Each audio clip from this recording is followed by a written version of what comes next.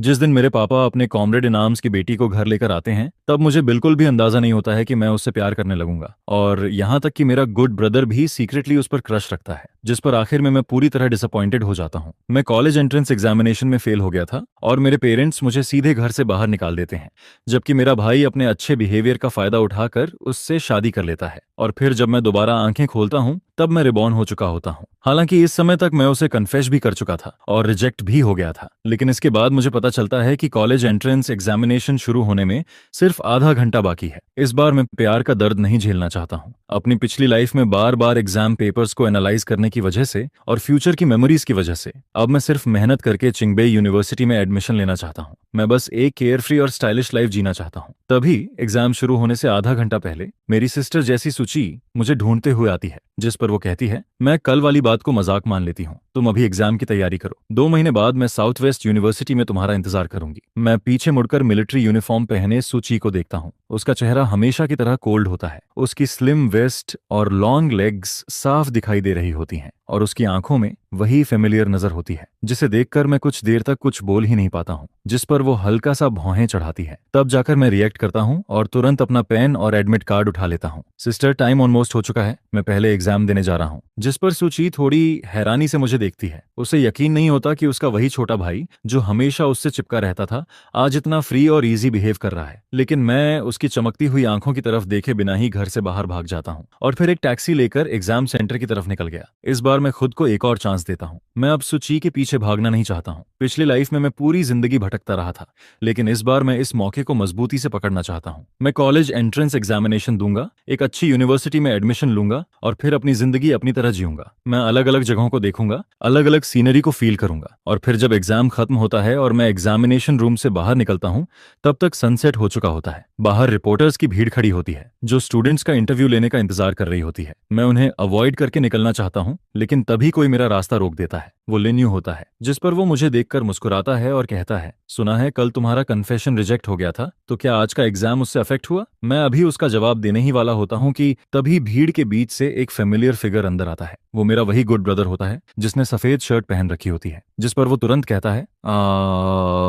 मत पूछो, लिन्यू की हालत बहुत खराब है। ये सुनते ही मेरे दिमाग में पिछली लाइफ की सारी बातें एक साथ वापस आने लगती हैं। मेरी जिंदगी के हर दुख के पीछे यही गुड ब्रदर था, जिस पर उसी ने मेरे कन्फेशन की बात सबको बताई थी। उसी की वजह से मेरे पेरेंट्स ने मुझे घर से निकाल दिया था और बाद में जब मैंने उसे सुची के बगल में प्रॉड होकर खड़े देखा था, तब मुझे समझ आया था कि मेरी बर्बाद हुई जिंदगी सिर्फ उसके प्यार का रास्ता साफ करने के लिए थी। लेकिन इस बार सब कुछ दोबारा शुरू हो चुका था, जिस पर मैं उसके हाथ को झटक देता हूँ जो आगे बढ़कर एक्टिंग करने वाला था। फिर मैं पूरी शांति के साथ रिपोर्टर की तरफ मुड़ता हूँ और कहता हूँ, किसी को पसंद करना गलत नहीं होता है और कन्फेस करना भी गलत नहीं होता है, लेकिन इनमें से कोई भी चीज मुझे अफेक्ट नहीं करेगी। मुझे इस एग्जाम पर पूरा कॉन्फिडेंस है। सनसेट की रोशनी मुझ पर पड़ रही होती है और मेरी शैडो पहले से ज्यादा मजबूत दिखाई दे रही होती है। इसके बाद मैं घर की तरफ चलने लगता हूँ, वही घर जो पिछली लाइफ में मेरी सोल का सबसे बड़ा सपना था। और फिर जैसे ही मैं घर के पास बड़े पेड़ के नीचे पहुंचता हूँ, मुझे पापा की फेमिलियर और प्यार भरी आवाज सुनाई देती है। वो मेरा इंतजार कर रहे होते हैं, जिस पर वो कहते हैं, कल तुमने सुची से जो कहा था वो मैंने सुन लिया था। मैंने तुम्हारी माँ को नहीं बताया, तुम भी ना बच्चे हो अभी। सुची तुम्हारी सिस्टर है। पापा की आंखों में चिंता देखकर मेरा दिल भारी हो जाता है। पिछली लाइफ में मेरे कन्फेशन की वजह से मेरे पेरेंट्स भी लोगों की बातों के बीच फंस गए थे, जिस पर मैं धीरे से कहता हूँ, पापा, मैंने डिपेंडेंस को प्यार समझ लिया था, लेकिन अब फ्यूचर में सुची सिर्फ मेरी सिस्टर रहेगी। यह सुनकर मेरे पापा क्यों रोंग कुछ देर के लिए चुप हो गए थे।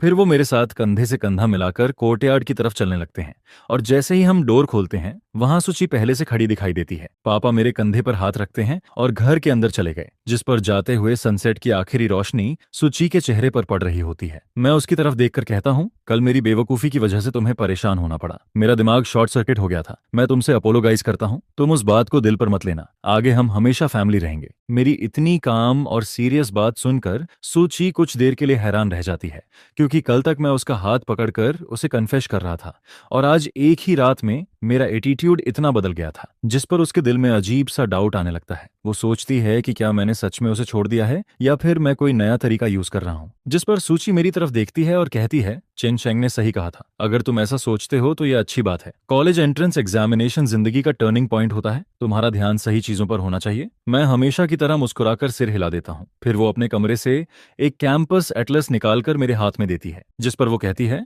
हर साल साउथ वेस्ट यूनिवर्सिटी का स्कोर लाइन बढ़ता जा रहा है, तुम्हें पूरी मेहनत करनी पड़ेगी। मैं अपने हाथ में साउथ वेस्ट यूनिवर्सिटी का एडमिशन्स पोस्टर देखता हूँ, जिस पर मेरे चेहरे की स्माइल धीरे धीरे रुक जाती है। लेकिन मैं उसे कुछ नहीं कहता हूँ, क्योंकि पिछली लाइफ में मैं सिर्फ सू ची के पीछे भागना चाहता था। इसलिए नेचुरली मैं उसी साउथ वेस्ट यूनिवर्सिटी में जाना चाहता था जो उसके मिलिट्री एरिया के सबसे पास थी। लेकिन आखिर में मैं उसे पा नहीं सका और मेरी जिंदगी पूरी तरह बर्बाद हो गई थी। इसलिए इस बार मैं मजबूती से चिंगबई यूनिवर्सिटी को चूज करना चाहता हूँ। मैं वहाँ लिंग्विस्टिक्स पढ़ना चाहता हूँ। मैं अलग अलग कल्चर्स को समझना चाहता हूँ, अलग अलग लोगों की ट्रेडिशंस और कस्टम्स को जानना चाहता हूँ, और फिर इन सबको एक बुक में लिखना चाहता हूँ ताकि ज्यादा से ज्यादा लोग चाइना को समझ सकें और चाइना को पसंद कर सकें। वैसे भी फ्यूचर में हर इंसान की अपनी अलग लाइफ होती है, इसलिए किसी बात को लेकर जल्दी कॉन्शियस होने की जरूरत नहीं है। मैं एटलस लेकर अपने रूम में वापस आ जाता हूँ, रेडियो ऑन करता हूँ और फिर रिव्यू करना शुरू कर देता हूँ, जिसके बाद मैं डिनर तक बाहर नहीं निकलता। डिनर टेबल पर सबसे अनकंफर्टेबल सीन होता है। मैं कुछ देर के लिए थोड़ा डिस्ट्रैक्टेड हो जाता हूँ, जिस पर लिन्यू, तुम क्या सोच रहे हो? खाना अच्छा नहीं बना क्या? मेरी माँ मेरे बाउल में एक एग डालती है और वरीड होकर पूछती है। मैं सिर हिलाता हूँ, नहीं, खाना बहुत अच्छा है। जिस पर माँ तुरंत कहती है, अच्छा है तो ठीक है, तुम साउथ वेस्ट यूनिवर्सिटी जा सकते हो, तुम्हारी सिस्टर वहाँ आर्मी में है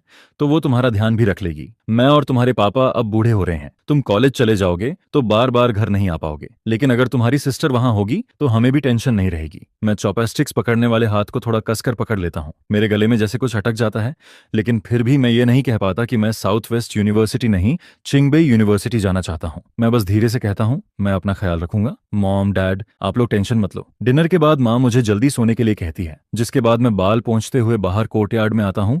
लेकिन तभी मैं सुकिन को वहां खड़ा देखता हूँ, जिस पर वो फ्लैट आवाज में कहती है, जब तुम खाना खा रहे थे तब ऐसा लग रहा था कि तुम कुछ कहना चाहते हो। मैं बाल पोंछते हुए थोड़ी देर के लिए रुक जाता हूँ। पिछली लाइफ में सुक्यून हमेशा अपनी पढ़ाई और काम में लगी रहती थी। उसने मुझे, जो हमेशा उसके पीछे घूमता था, कभी नोटिस तक नहीं किया था। लेकिन इस बार उसने मेरी छोटी सी अब नॉर्मेलिटी भी देख ली थी। मैं हल्का सा मुस्कुराता हूँ, नहीं ऐसी कोई बात नहीं है, बस जब मैंने सोचा कि कुछ समय बाद मुझे घर छोड़ना पड़ेगा तो थोड़ा अजीब फील हुआ। मूनलाइट में सुकिन अपने से एक सिर छोटे छोटे भाई को देखती है, जिस पर ना जाने क्यों उसे लगता है कि मैं पहले से थोड़ा अलग हो गया हूँ, थोड़ा समझ से बाहर। मैं क्वाइटली रात के स्काई में स्टार्स को देखने लगता हूँ। टीचर ने एक बार कहा था कि जब इंसान कॉलेज चला जाता है तब उसका होम टाउन सिर्फ विंटर और समर वेकेशन में ही वापस आने की जगह बन जाता है, और जैसे जैसे इंसान बड़ा होता है वैसे वैसे घर वापस आने की बार भी कम होती जाती है। हम दोनों में से कोई कुछ नहीं बोलता और एटमॉस्फेयर थोड़ा साइलेंट हो जाता है। तभी किचन से माँ बाहर आती है, जिस पर वो सुकिन से कहती है, सुकिन, मैचमेकर ने कहा है कि वो तुम्हारी ब्लाइंड डेट जांग फैमिली के झांग हाउ से करवाना चाहता है। तुम आर्मी में वापस जाने से पहले एक बार उससे मिल लो, ठीक है? सुक्यून बिना ज्यादा एक्सप्रेशन बदले कहती है, ठीक है, आप अरेंज कर दीजिए। जिस पर माँ खुश होकर कहती है, अच्छा, तो मैं उन्हें जवाब दे देती हूँ। झांग हाउ का फैमिली बैकग्राउंड भी अच्छा है, अगर सब सही रहा तो बात पक्की कर देंगे।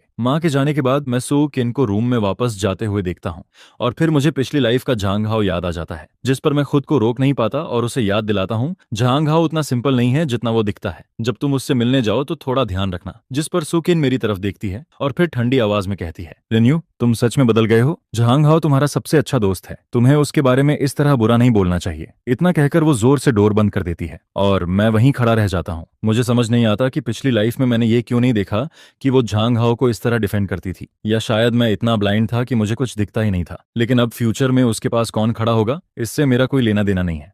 जिसके बाद मैं वापस अपने रूम में चला जाता हूँ सोने के लिए और अगले दिन के एग्जाम की तैयारी करने लगता हूँ। अगले दिन एग्जाम खत्म होने की बेल बजती है और 10 साल से ज्यादा की मेहनत जो मैंने किताबों और पढ़ाई में बिताई थी वो आखिर इन कुछ आंसर शीट्स में खत्म हो जाती है। लेकिन जैसे ही मैं बाहर निकलता हूँ आसपास के लोग मुझे अजीब नजरों से देखने लगते हैं। अरे, ये तो लिन फैमिली का लड़का है, यही ना जो अपनी ही सिस्टर के पीछे पड़ा हुआ था। सच में कितनी शर्म की बात है, ओल्ड लिन फैमिली का इतना शेमलेस बेटा निकला। लगता है इनके एंसेस्टर्स की ग्रेव गलत जगह बनी हुई है। इतनी मोटी स्किन है इसकी, हमारे वेन्यांग विलेज की इज्जत ही खराब कर दी। उनकी बातें सुनकर मुझे ऐसा लगता है जैसे मैं फिर से पिछली लाइफ के नाइटमेयर में वापस आ गया हूँ। मेरा हाथ धीरे धीरे मुट्ठी में बदल जाता है, लेकिन मैं जानता हूँ कि रूमर्स जैसी चीजों से भागने पर वो और बढ़ती हैं। अगर मैं भागूंगा तो लोग और बातें बनाएंगे, इसलिए इस बार मैं भागने वाला नहीं हूँ। मैं पलटकर उनकी तरफ देखता हूँ, अपना सिर ऊपर करता हूँ और फिर जोर से कहता हूँ, सुचिंग और मेरा कोई ब्लड रिलेशन नहीं है, हमारे बीच कोई गलत रिश्ता नहीं है। किसी को पसंद करना गलत नहीं होता, लेकिन मैं अभी छोटा हूँ, इसलिए कुछ समय के लिए मैं डिपेंडेंस और प्यार में फर्क नहीं समझ पाया। लेकिन अब मैंने सब क्लियर कर लिया है। फ्यूचर में सुचिंग जिसकी भी शादी करेगी मैं उसे ब्लेस करूंगा, और अगर तुम लोग पीछे से फिर ऐसी बातें करोगे तो मैं तुम्हारे खिलाफ स्लैंडर की कंप्लेन कर दूंगा। मेरी बात और एटीट्यूड देखकर देखकर आसपास के लोग थोड़ा शॉक हो जाते हैं, जिस पर वो धीरे धीरे चुप हो जाते हैं और फिर संभल कर बात करने लगते हैं। मैं हल्के कदमों से घर वापस लौटता हूँ और जैसे ही मैं अंदर आता हूँ, मैं अपनी माँ को किचन से खाना लेकर बाहर आते हुए देखता हूँ, जिस पर वो कहती है, खाना बन गया है, बस तुम्हारी सिस्टर के वापस आने का इंतजार है, फिर हम खा लेंगे। मैं प्लेट उठाते हुए कैजुअली पूछता हूँ, सिस्टर कहाँ गई है? जिस पर माँ मुस्कुराकर कहती है, तुम्हारी सिस्टर को समझ आ गई है, कल उसे झांग हाओ के साथ ब्लाइंड डेट पर जाना है ना, इसलिए वो टाउन गई है उसके लिए गिफ्ट्स खरीदने। मैं चुपचाप उनकी बात सुनता हूँ। मुझे बिल्कुल उम्मीद नहीं थी कि सुचिंग, जो हमेशा दूसरों के लिए इतनी कोल्ड रहती थी, वो झांग हाओ के लिए इतने ध्यान से गिफ्ट्स चुनेगी। और फिर जब आखिरी डिश टेबल पर आती है, उसी समय सुचिंग भी वापस आ जाती है। उसके हाथ में बड़े और छोटे कई बैग्स होते हैं और उनमें से एक बैग में एक शर्ट भी रखी होती है, जिस पर माँ तुरंत कहती है, अरे तुमने शर्ट भी खरीदी, लेदर बैग भी खरीदा, तुम बच्ची हो अभी, तुम्हारे पैसे बचाने चाहिए। सुचिंग बिना ज्यादा रिएक्शन दिए कहती है, मॉम इसकी जरूरत थी। मैं उनकी बातें क्वाइटली सुनता हूँ, फिर चुपचाप अपना फेवरेट ब्रेस्ट पॉक खाता हूँ और वापस अपने रूम में चला जाता हूँ। मेरे डेस्क पर मेरी और सू चिंग की एक फोटो रखी होती है और उस फोटो में हम दोनों बहुत ब्राइट स्माइल कर रहे होते हैं। मुझे लगता था कि वो भी मेरे लिए स्पेशल है। जब मैं 10 साल का था, तब मैंने गलती से बिल्ली को भगा दिया था, जिस पर वो पूरी रात मेरे पास बैठी रही। जब मैं 12 साल का था और दूसरे बच्चे मुझे परेशान करते थे, तब वो मेरे लिए खड़ी हो जाती थी। एक बार मैं रास्ता भटक गया था, जिस पर वो पूरी रात मुझे ढूंढती रही थी और फिर मुझे घर लेकर आई थी, लेकिन फिर वो आर्मी में चली गई। हमारे मिलने का टाइम कम होता गया और अब उसके पास अपना फैमिली होने वाला है और मैं भी चिंगबई जाकर कॉलेज पढ़ने वाला हूँ। मैं कपबोर्ड से एक पेपर बॉक्स निकालता हूँ और उसमें उससे जुड़ी सारी चीजें रख देता हूँ। उसने मुझे जो स्टेशनरी बॉक्स दिया था, बचपन के टॉयज और हमारी फोटो, सब कुछ। जिसके बाद मैं सोचता हूँ कि अगले दिन इन्हें फेंक दूंगा, लेकिन अगले दिन जैसे ही मैं बाहर निकलता हूँ, तभी मेरी टक्कर सुचिंग से हो जाती है। उसने अपना मिलिट्री यूनिफॉर्म नहीं पहना होता, बल्कि एक नया ड्रेस पहना होता है, जिस पर वो मुझे देखकर पूछती है, तुम क्या पकड़े हुए हो? मैं बॉक्स को थोड़ा ऊपर करता हूँ। कुछ रिव्यू मटेरियल है और कुछ पुराने टॉयज। इन्हें वेलफेयर होम में डोनेट करने वाला हूँ। जिस पर वो बस सिर हिलाती है और कुछ नहीं पूछती। फिर वो कुछ देर वहीं खड़ी रहती है और बाहर निकलते वक्त पीछे मुड़कर कहती है, थोड़ी देर में मॉम को बोल देना। मैं उसकी जाती हुई बैग को देखता हूँ और फिर बॉक्स में रखी हमारी ग्रुप फोटो को। मेरे होंठों पर हल्की सी मुस्कान आ जाती है। अगर उसे सच में कोई फर्क नहीं पड़ता, तो शायद उसे यह भी पता नहीं होगा कि यह फोटो फ्रेम हमारी एक साथ वाली इकलौती फोटो थी। कुछ देर बाद मैं सड़क के किनारे पहुंचता हूँ और अपने हाथ में पकड़ा पेपर बॉक्स ट्रैश कैन में फेंक देता हूँ। जिसके बाद मैं ब्रेकफास्ट करता हूँ और फिर टाउन जाने के लिए कार पकड़ लेता हूँ। मैं चिंगबई यूनिवर्सिटी के बारे में जानने के लिए कई बुक स्टोर्स घूमता हूँ। बहुत देर बाद मुझे एक ऐसी बुक मिलती है जिसमें चिंगबई यूनिवर्सिटी के बारे में लिखा होता है। जिसके बाद मैं डेली यूज की चीजें खरीदने के लिए मॉल चला जाता हूँ, जैसे केटल, वॉशर बेसिन और बाकी सामान। इसी बीच मुझे याद आता है कि कल रात मॉम को हल्की खांसी हो रही थी, जिस पर मैं फार्मेसी के अंदर चला जाता हूँ ताकि उनके लिए मेडिसिन ले सकूं। लेकिन जैसे ही मैं अंदर जाता हूँ, मैं वहीं रुक जाता हूँ, क्योंकि मेरे सामने सुचिंग खड़ी होती है और उसके साथ झांग हाओ होता है। वो उसका हाथ पकड़े हुए होता है और सुचिंग उसके हाथ में एक वॉच पहना रही होती है। उसी पल मेरे दिल में सिर्फ 4 शब्द आते हैं, अब सब खत्म हो चुका है। मैं अपनी नजरें वापस हटा लेता हूँ और मुड़कर जाने लगता हूँ, लेकिन तभी झांग हाओ मुझे देख लेता है, जिस पर वो सुचिंग का हाथ पकड़कर बाहर आता है और जानबूझकर अपनी रिस्ट पर पहनी हुई वॉच दिखाता है। उसके चेहरे पर साफ प्राउड दिखाई दे रहा होता है। फिर वो मुस्कुराकर कहता है, सुचिंग और मेरी ब्लाइंड डेट बहुत अच्छी रही, हम दोनों जल्दी ही शादी करने वाले हैं, तुम्हें बुरा तो नहीं लगेगा? मैं बिना एक्सप्रेशन बदले कहता हूँ, नहीं। जिस पर सुचिंग धीरे से कहती है, लिन यू, फ्यूचर में तुम्हारा ब्रदर मेरा भी छोटा भाई होगा। वो झांग हाओ की तरफ देखकर हल्का सा मुस्कुराती है और सिर हिलाती है। मैं भी हल्का सा मुस्कुरा देता हूँ, लेकिन कुछ नहीं कहता, क्योंकि पिछली लाइफ में मैं झांग हाओ का रियल चेहरा देख चुका हूँ। मैं पहले ही समझ चुका हूँ कि वो कैसा इंसान है। इस लाइफ में मैं उससे किसी भी तरह का रिलेशन नहीं रखना चाहता। जिस पर झांग हाओ के चेहरे की स्माइल और बड़ी हो जाती है। फिर वो कहता है, लिन यू, हम दोनों को अभी कुछ और सामान खरीदना है, तुम हमारे साथ चलोगे? मैं तुरंत मना कर देता हूँ, मैं अपना सामान खरीद चुका हूँ, मैं पहले घर जा रहा हूँ। इतना कहकर मैं वहां से चला जाता हूँ और पीछे सुचिंग काफी देर तक मेरी जाती हुई बैग को देखती रहती है। उसके चेहरे पर कुछ इमोशंस आते हैं, लेकिन आखिर में वो कुछ नहीं कहती। घर पहुंचकर मैं मेडिसिन और सप्लीमेंट्स मॉम को दे देता हूँ, जिसके बाद मैं सीधे अपने रूम में चला जाता हूँ और चिंगबई की वो बुक खोलकर पढ़ना शुरू कर देता हूँ। रूम में बहुत शांति होती है और मुझे पता भी नहीं चलता कि कब बाहर अंधेरा हो जाता है। तभी डोर पर नॉक होती है। मैं डोर खोलता हूँ तो बाहर सुचिंग खड़ी होती है, जिस पर वो कहती है, मैंने देखा कि तुम्हारे रूम की लाइट अभी भी ऑन है, तुम अभी तक सोए नहीं? मैं बुक बंद करके कहता हूँ, बस अब सोने वाला हूँ। वो मेरी तरफ देखती है, लेकिन अचानक उसकी नजर मेरे डेस्क पर चली जाती है। फिर वो हल्का सा फ्राउन करके पूछती है, तुम्हारे डेस्क पर जो फोटो फ्रेम था वो कहाँ है? शायद उसे भी महसूस होने लगा था कि मैं इन दिनों उससे थोड़ा दूर दूर रहने लगा हूँ, और ना जाने क्यों उसे यह बात थोड़ी अजीब लग रही थी। मैं एक पल के लिए पीछे देखता हूँ और फिर जल्दी से झूठ बोल देता हूँ, गलती से टूट गया, रिपेयर के लिए दिया है। मुझे नहीं पता क्यों, लेकिन मेरा जवाब सुनने के बाद उसके चेहरे पर थोड़ा सुकून आ जाता है, जिस पर वो धीरे से कहती है, ठीक है, फिर जल्दी सो जाना। पिछली लाइफ में मैं उसके उसके सामने कभी झूठ नहीं बोल पाता था क्योंकि वो हमेशा मेरी बात समझ जाती थी। लेकिन इस बार उसने मेरा इतना आसान झूठ भी नहीं पकड़ा। मैं खुद पर हल्का सा हंसता हूँ, डोर बंद करता हूँ और फिर सो जाता हूँ। अगले कुछ दिनों तक मैं बस घर में रहता हूँ, किताबें पढ़ता हूँ और रिजल्ट का इंतजार करता हूँ। जहां तक सुचिंग की बात है, वो हर दिन सुबह जल्दी निकल जाती है और देर रात वापस आती है। वो झांग हाओ के साथ अपना रिलेशन और अच्छा बना रही होती है। दिन इसी तरह गुजरते जाते हैं और फिर 24 जून को, जिस दिन कॉलेज एंट्रेंस एग्जामिनेशन का रिजल्ट आने वाला होता है, मैं सुबह सुबह स्कूल पहुंच जाता हूं। मैं अभी स्कूल गेट पर पहुंचा ही होता हूं कि तभी एक सफेद सांताना कार मेरे सामने रुकती है, जिस पर कोई मुझे आवाज देता है, लिन्यू, तुम भी रिजल्ट देखने आए हो? मैं मुड़कर देखता हूं तो कार से चेनशी बाहर निकलती है। उसके चेहरे पर स्माइल होती है। वो मेरी क्लास में थी। उसका फैमिली बैकग्राउंड बहुत अच्छा था।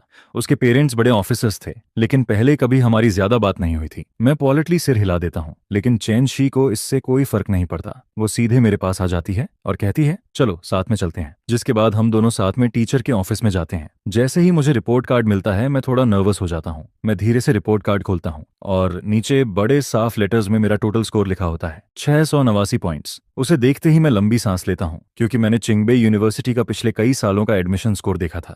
वो लगभग 670 के आसपास रहता था। मतलब इस स्कोर के साथ मेरा एडमिशन ऑलमोस्ट पक्का था, जिस पर मैं मन ही मन टीचर वांग को थैंक यू कहता हूँ और फिर जल्दी से घर जाकर यह गुड न्यूज बताने का सोचता हूँ। लेकिन मैं काफी देर तक बाहर खड़ा रहता हूँ और कोई कार नहीं मिलती। तभी सुबह की धूप धीरे धीरे मुझ पर पड़ने लगती है। जब मैं घर पहुंचता हूं और कार से उतरता हूं, तभी मैं देखता हूं कि सुक्विन और जांग हाओ हाथ पकड़कर कोर्टयार्ड से बाहर आ रहे होते हैं। मैं तुरंत अपनी नजरें हटा लेता हूं और ड्राइवर सीट पर बैठी चेन शी को थैंक यू कहता हूं, जिस पर चेन शी के चेहरे पर एक प्यारी सी स्माइल आ जाती है। वो कहती है, अगर सच में थैंक यू कहना है तो 2 दिन बाद मेरा बर्थडे है, तुम आ जाना। मैं हल्का सा मुस्कुरा देता हूं।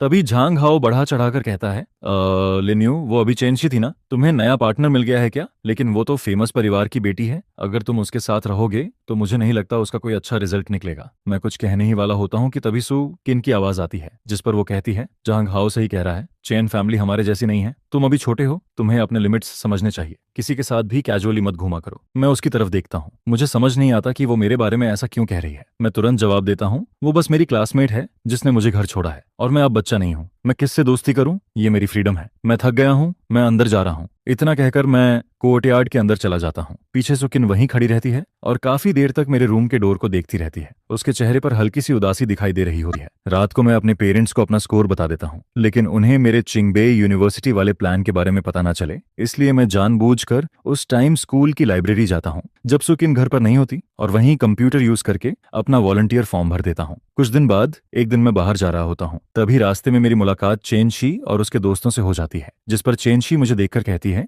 लिन्यू, तुम स्केटिंग करने चलोगे? आज मेरा बर्थडे है और हम सब आइस रिंक जा रहे हैं। तभी मुझे याद आता है कि आज उसका बर्थडे है। मैं मना नहीं कर पाता और उसके साथ टाउन के सबसे बड़े आइस रिंक चला जाता हूँ। वहां पहुंचकर चेनशी मेरे पास स्केट्स लेकर आती है और पूछती है, तुमने पहले कभी स्केटिंग नहीं की ना? डरना मत, मैं तुम्हें सिखा दूंगी। हम दोनों स्केट्स पहन लेते हैं और फिर रिंक में जाते हैं। लेकिन जैसे ही मैं अंदर जाता हूँ, मैं दूसरी तरफ सुक्विन और जांग हाओ को देख लेता हूँ। मैं बस हल्का सा हेलो कहता हूँ, लेकिन सुकिन मुझे नहीं बल्कि चेनशी को ठंडी नजरों से देखती है। इसी बीच रिंक में म्यूजिक बजने लगता है और माहौल लाइवली हो जाता है। जांग हाओ सुचिन का हाथ पकड़कर अंदर चला जाता है और मैं चेनशी के साथ दूसरी तरफ चला जाता हूँ। क्योंकि ये पहली बार था, इसलिए मैं थोड़ा नर्वस था। मैं बस चेनशी का हाथ पकड़कर धीरे धीरे आगे बढ़ता हूँ, जिस पर वो कहती है, घुटनों को थोड़ा बेंड करो, बॉडी को बैलेंस रखो। हाँ, ऐसे। उसकी हेल्प से मैं धीरे धीरे स्केटिंग सीखने लगता हूँ। फिर मैं खुद ट्राई करना चाहता हूँ, लेकिन जैसे ही मैं उसका हाथ छोड़ता हूँ, 2 कदम चलते ही मेरा बैलेंस बिगड़ जाता है। अच्छा हुआ कि चेनशी तुरंत मुझे पकड़ लेती है और अगले ही पल हम दोनों बहुत पास आ जाते हैं। मैं उसकी खुशबू फील कर सकता हूँ और इस वजह से मैं थोड़ा अनकंफर्टेबल हो जाता हूँ। मैं जल्दी से खुद को संभालने की कोशिश करता हूँ, लेकिन तभी मेरी नजर थोड़ी दूर जाती है। वहां झांग हाओ दोनों हाथों से सुकिन की वेस्ट पकड़े हुए होता है। वो थोड़ा झुकता है और उसके होंठ सुकिन के चेहरे के बहुत करीब आ जाते हैं। आसपास के लोग ताली बजाने लगते हैं। मैं तुरंत अपनी नजरें हटा लेता हूँ। तभी चेनशी कहती है, चलो थोड़ा रेस्ट एरिया में चलते हैं। मैं सिर हिला देता हूँ। फिर चेनशी सोडा लेने चली जाती है और मैं अकेला खड़ा रहता हूँ। तभी एक स्टाइलिश कपड़े पहनी हुई लड़की मेरी तरफ स्केट करते हुए आती है और मुस्कुराकर कहती है, हैंडसम, अकेले क्यों खड़े हो? अपनी सिस्टर के साथ नहीं हो क्या? मैं कुछ कह पाता उससे पहले ही चेंशी वापस आ जाती है, लेकिन जैसे ही वो मुड़ती है मेरे स्केट्स फिसल जाते हैं और मैं सीधा उसकी तरफ गिर जाता हूँ। वो मुझे पकड़ने के लिए हाथ बढ़ाती है, लेकिन हम दोनों फिर से एक दूसरे से टकरा जाते हैं। इस बार हम पहले से भी ज्यादा करीब आ जाते हैं। मैं उसकी सॉफ्टनेस तक फील कर सकता हूँ। मेरा दिल तेज धड़कने लगता है। मैं अभी खुद को संभाल ही रहा होता हूँ कि तभी बगल से सुक्विन की गुस्से वाली आवाज आती है, तुम लोग क्या कर रहे हो? मैं और चेनशी तुरंत अलग हो जाते हैं। मैं देखता हूँ कि सुकिन हमें ठंडी नजरों से देख रही होती है, जिस पर वो गुस्से में कहती है, पब्लिक में इतनी बड़ी लड़की के साथ ऐसे चिपक कर खड़े हो, तुम्हें जरा भी लिमिट्स का पता है या नहीं? मेरे साथ घर चलो। इतना कहकर वो मेरा हाथ पकड़ लेती है। मैं जल्दी से कहता हूँ, सिस्टर, आपने गलत समझा अभी।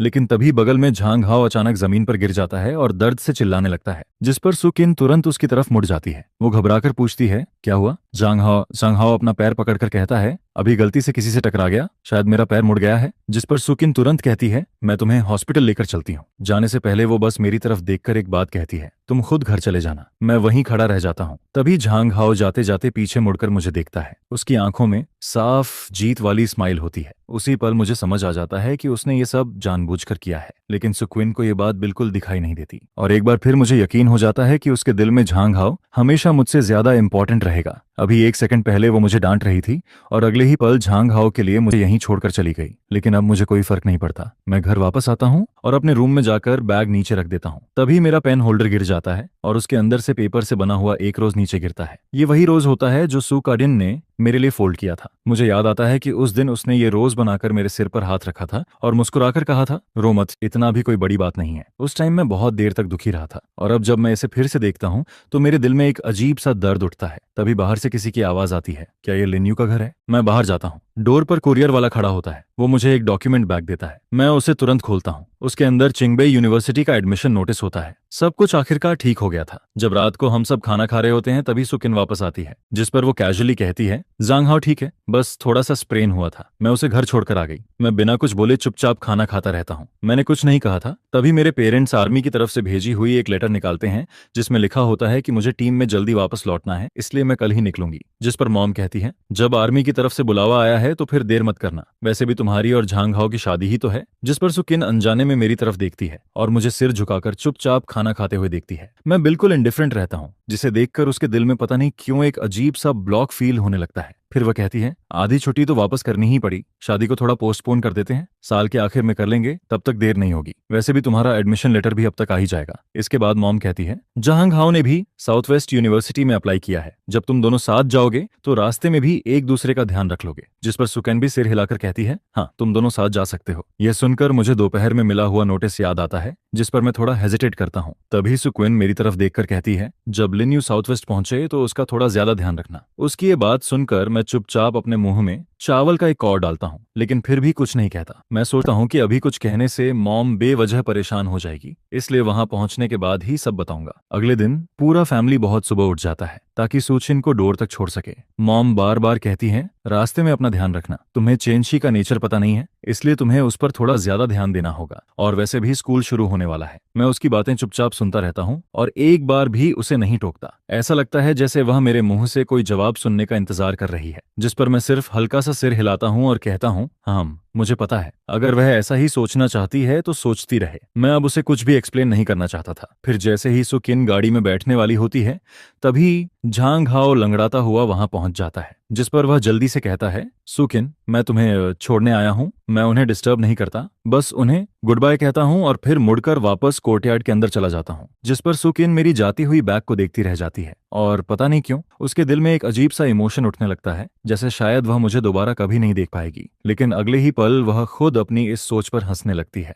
आखिर मैं भी तो जल्द ही साउथ वेस्ट यूनिवर्सिटी आने वाला था और वहां जाकर हम फिर से मिल ही जाते। इसके बाद सुक्यून झांग हाओ से कुछ बातें करती है और फिर तुरंत मिलिट्री जीप में बैठकर वहां से निकल जाती है। फिर जब मैं अपने ड्रॉअर को अरेंज कर रहा होता हूँ तभी मुझे वहां दो फैमिली फोटोज दिखाई देती हैं। एक फोटो तब की थी जब मैं बहुत छोटा था, जिसमें सिर्फ हम 3 लोग थे, जबकि दूसरी फोटो 2 साल पहले की थी, जिसमें हम 3 से 4 हो गए थे, जिस पर मैं काफी देर तक उन फोटोज को देखता रहता हूँ। फिर आखिर में मैं सिर्फ वही पुरानी फोटो निकालता हूँ जिसमें हम 3 लोग थे और उसे अपने सूटकेस में रख देता हूँ। इसके बाद मैं अपना बाकी सामान पैक करता हूँ। पूरी रात मुझे कोई सपना नहीं आता और अगली सुबह मैं क्वाइटली घर से निकल जाता हूँ। उस समय मॉम और डैड दोनों अभी भी सो रहे होते हैं। जाने से पहले मैं एक बार उनके कमरे की तरफ मुड़कर देखता हूँ और धीरे से खुद से कहता हूँ, मॉम डैड अपना ध्यान रखना, जिस पर मैं हल्का सा हाथ हिलाता हूँ और फिर उस घर से बाहर निकल जाता हूँ जिसे मैंने शायद अपनी पूरी जिंदगी में पहली बार इतना ज्यादा प्यार किया था। और फिर आधे घंटे बाद मैं कैपिटल जाने वाली ट्रेन में बैठ जाता हूँ। अपने पिछले जन्म में मुझे गांव से निकाल दिया गया था। मैं सड़क पर घूमते हुए एक ऐसे इंसान की तरह जी रहा था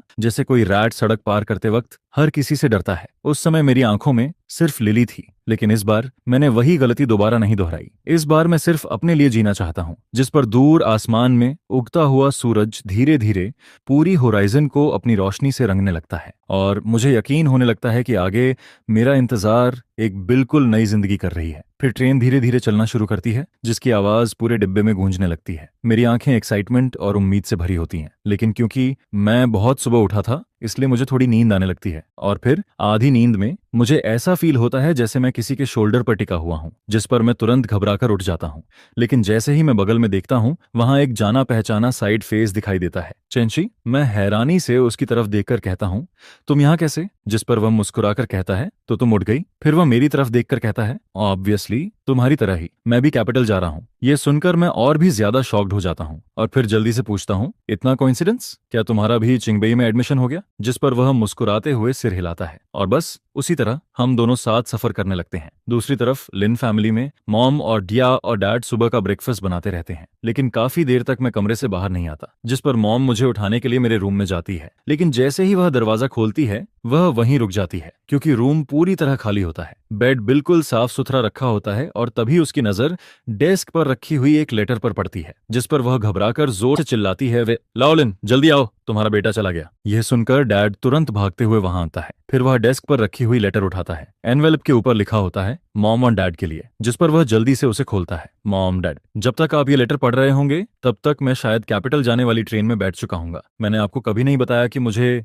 चिंगबई यूनिवर्सिटी से एडमिशन लेटर मिला है, साउथ वेस्ट यूनिवर्सिटी से नहीं। लेकिन प्लीज मेरी चिंता मत करना, मैं अपना ध्यान रख लूंगा। जैसे ही मैं चिंगबई में सेटल हो जाऊंगा मैं आपको कॉल करूंगा या फिर लेटर लिखूंगा। आपका लिन्यू। यह पढ़ते ही मॉम और डैड दोनों पूरी तरह स्टनर्ड रह जाते हैं, जिस पर मॉम जल्दी से कहती है, लिन्यू चिंगबई चला गया? वह तो साउथ वेस्ट जाने वाला था, आखिर इस बच्चे को हुआ क्या है? फिर वह तुरंत घबराकर कहती है, नहीं, मुझे अभी सुकिन को फोन करना होगा, उसे सब बताना होगा। उसी समय साउथ वेस्ट आर्मी में सुकिन, जो कि शार्प नाइफ ट्रेनिंग कैंप की कैप्टन होती है, नए रिक्रूट्स को ट्रेन करवा रही होती है। लेकिन तभी अचानक उसके दिल में एक अजीब सा एहसास होने लगता है। उसे ऐसा फील होता है जैसे वह कोई बहुत जरूरी चीज खो रही हो, जिस पर वह हल्का सा भौहें सिकोड़ती है और अचानक उसके दिमाग में मेरी इमेज आने लगती है। लेकिन अगले ही पल वह अपना सिर हिलाती है और खुद से कहती है, लिन्यू तो जल्दी ही साउथ वेस्ट यूनिवर्सिटी आने वाला है, हम जल्द ही मिलेंगे। मैं उसे कैसे खो सकती हूँ? वह पूरी तरह भूल चुकी होती है कि मैंने पहले कभी चिंगबई का नाम भी लिया था, जिस पर वह ज्यादा नहीं सोचती, अपना मूड ठीक करती है और फिर से ट्रेनिंग में लग जाती है। इसके बाद मैं कुछ डेली यूज की चीजें खरीदता हूँ और बहुत सारे बैग्स लेकर फैमिली क्वार्टर्स में वापस आता हूँ। तभी रास्ते में सामने वाले घर की मिलिट्री सिस्टर इन लॉ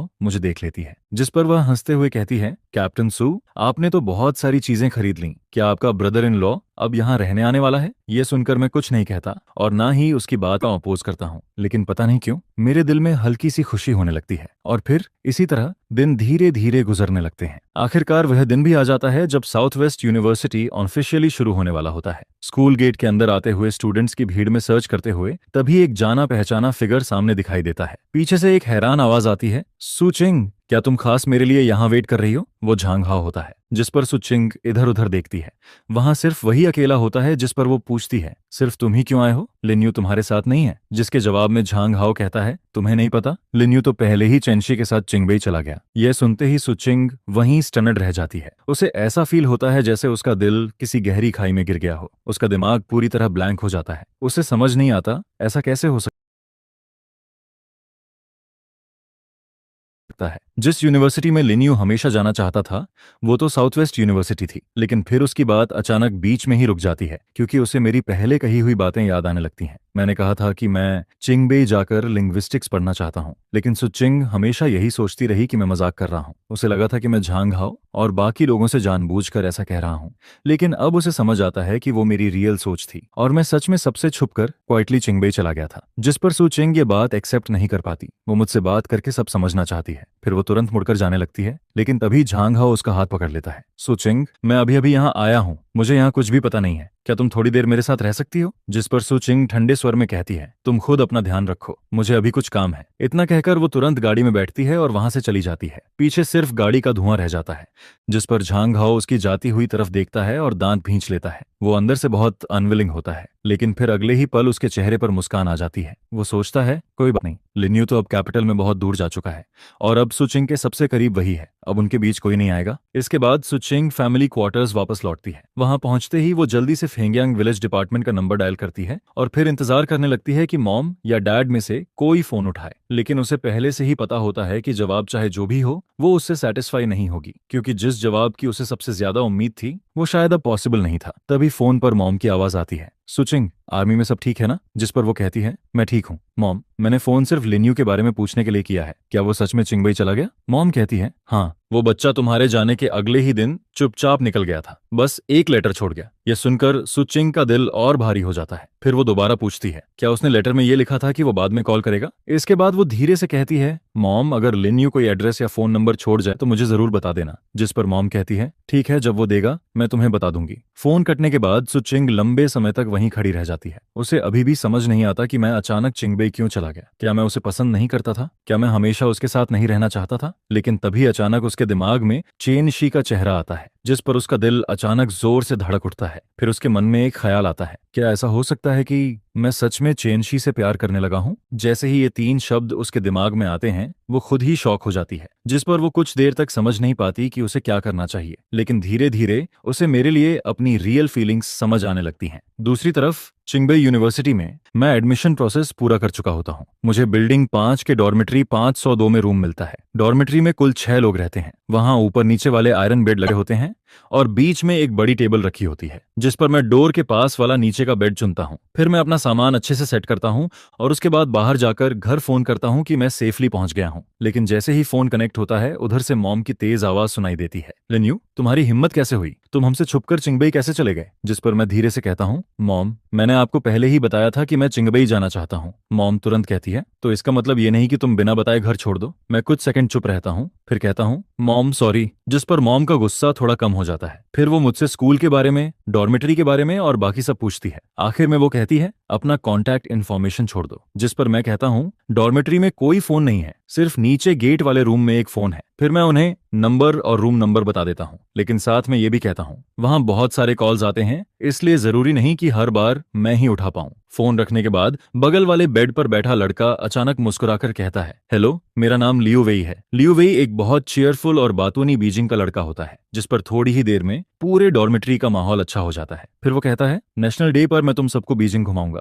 कैसा रहेगा? बाकी लोग कहते हैं कि वो तो उस समय घर जाएंगे। फिर आखिर में लियू वेई मेरी तरफ देखता है, जिस पर मैं थोड़ा हेजिटेट करता हूँ, क्योंकि मैं सीक्रेटली चिंगबई आया हूँ। मुझे पता है कि सुचिंग वाली बात अभी खत्म नहीं हुई है। अगर मैं नेशनल डे पर वापस गया तो शायद मेरी उससे मुलाकात हो जाए, और अभी मैं उससे नहीं मिलना चाहता। जिस पर मैं कहता हूँ, नेशनल डे पर मैं वापस नहीं जाऊंगा, तब तुम मुझे बीजिंग घुमा देना। लियू वेई तुरंत खुश होकर कहता है, ठीक है, पक्का। वैसे इस साल मिलिट्री परेड भी होने वाली है, हम सब साथ में देखने चलेंगे। बाद में बातों बातों में मुझे पता चलता है कि मेरे बाकी रूममेट्स को डांस करना आता है, सिर्फ मैं ही ऐसा होता हूँ जिसे कुछ नहीं आता, जिस पर मुझे थोड़ी शर्मिंदगी फील होने लगती है। तभी उनमें से कोई कहता है, क्यों ना गर्ल्स डॉर्मेट्री के साथ डांस किया जाए। यह सुनते ही सब लोग तुरंत एग्री कर देते हैं, सिर्फ मैं अकेला हेजिटेट करता हूँ। जिस पर लियू वेई मेरी हालत देखकर हंसता है, फिर अपने सीने पर हाथ मारकर कहता है, अगर तुम्हें डांस नहीं आता तो कोई बात नहीं, मैं तुम्हें सिखा दूंगा। आखिर में मैं मजबूरी में सिर हिला देता हूँ। मैं चिंगबई सिर्फ इसलिए आया हूँ ताकि मैं एक नई जिंदगी शुरू कर सकूं। जिस पर मैं सोचता हूँ, अगर ऐसा है तो शुरुआत डांस सीखने से ही सही। हम सब इसी बारे में बात कर रहे होते हैं, तभी अचानक कॉरिडोर के बाहर से कोई जोर से आवाज लगाता है, क्या यहाँ लिन्यू रहता है? रूम 502 में कौन है? जिस पर डॉर्मेट्री के अंदर बैठे सभी लोग मेरी तरफ देखने लगते हैं, क्योंकि मुझे यहाँ आए हुए अभी सिर्फ 2 दिन ही हुए थे।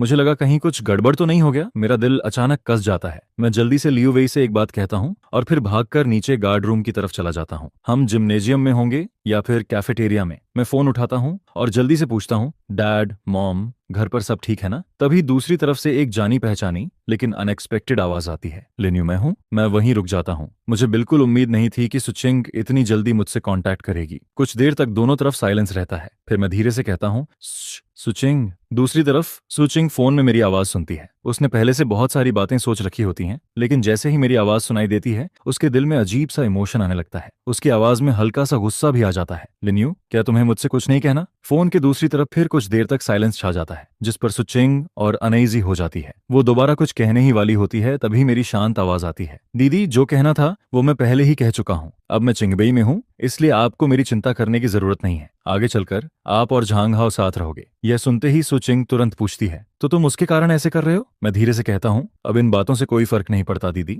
हम फैमिली हैं, लेकिन हर किसी की अपनी जिंदगी होती है और अब मुझे भी अपना गोल मिल गया है। आपको अब मेरी चिंता करने की जरूरत नहीं है। मेरी इतनी शांत बातें सुनकर सुचिंग के दिल में और भी बेचैनी होने लगती है। उसे ऐसा फील होता है जैसे फोन के दूसरी तरफ वाला मैं उससे बहुत दूर जा चुका हूँ, और तभी उसे पहली बार एहसास होता है कि वो अंदर से मेरी कितनी परवाह करती है। जब उसे मेरी तरफ से कोई आवाज नहीं आती तो मैं भी और बात नहीं बढ़ाना चाहता, इसलिए मैं फिर कहता हूँ, दीदी, यहाँ मुझे अभी कुछ काम है, अभी के लिए रखता हूँ। इतना कहकर मैं फोन रख देता हूँ। कुछ देर वहीं खड़े होकर खुद को शांत करने के बाद मैं वापस गार्ड रूम से बाहर निकलता हूँ। फिर मैं लियू वेई और बाकी लोगों को जिम्नेजियम में ढूंढता हूँ। तब तक वो लोग गर्ल्स के साथ प्रैक्टिस शुरू कर चुके होते हैं। एक लड़का, एक लड़की। लिन्यू, इधर आओ। मैं उनके पास जाता हूँ। लियू वेई मुझे कुछ गर्ल्स से ब्रीफली इंट्रोड्यूस करवाता है। फिर वो मुस्कुराकर कहता है, मुझे पता है तुम्हें डांस नहीं आता, इसलिए मैंने तुम्हारे लिए सबसे अच्छी डांस करने वाली लड़की छोड़ी है। मैं हैरानी से पूछता हूँ, कौन? जिस पर वो सामने की तरफ इशारा करता है। मैं उसकी तरफ देखता हूँ और वहीं रुक जाता हूँ। सफेद ड्रेस पहने हुए, पोनीटेल में बाल बांधे हुए एक लड़की मेरे सामने खड़ी होती है।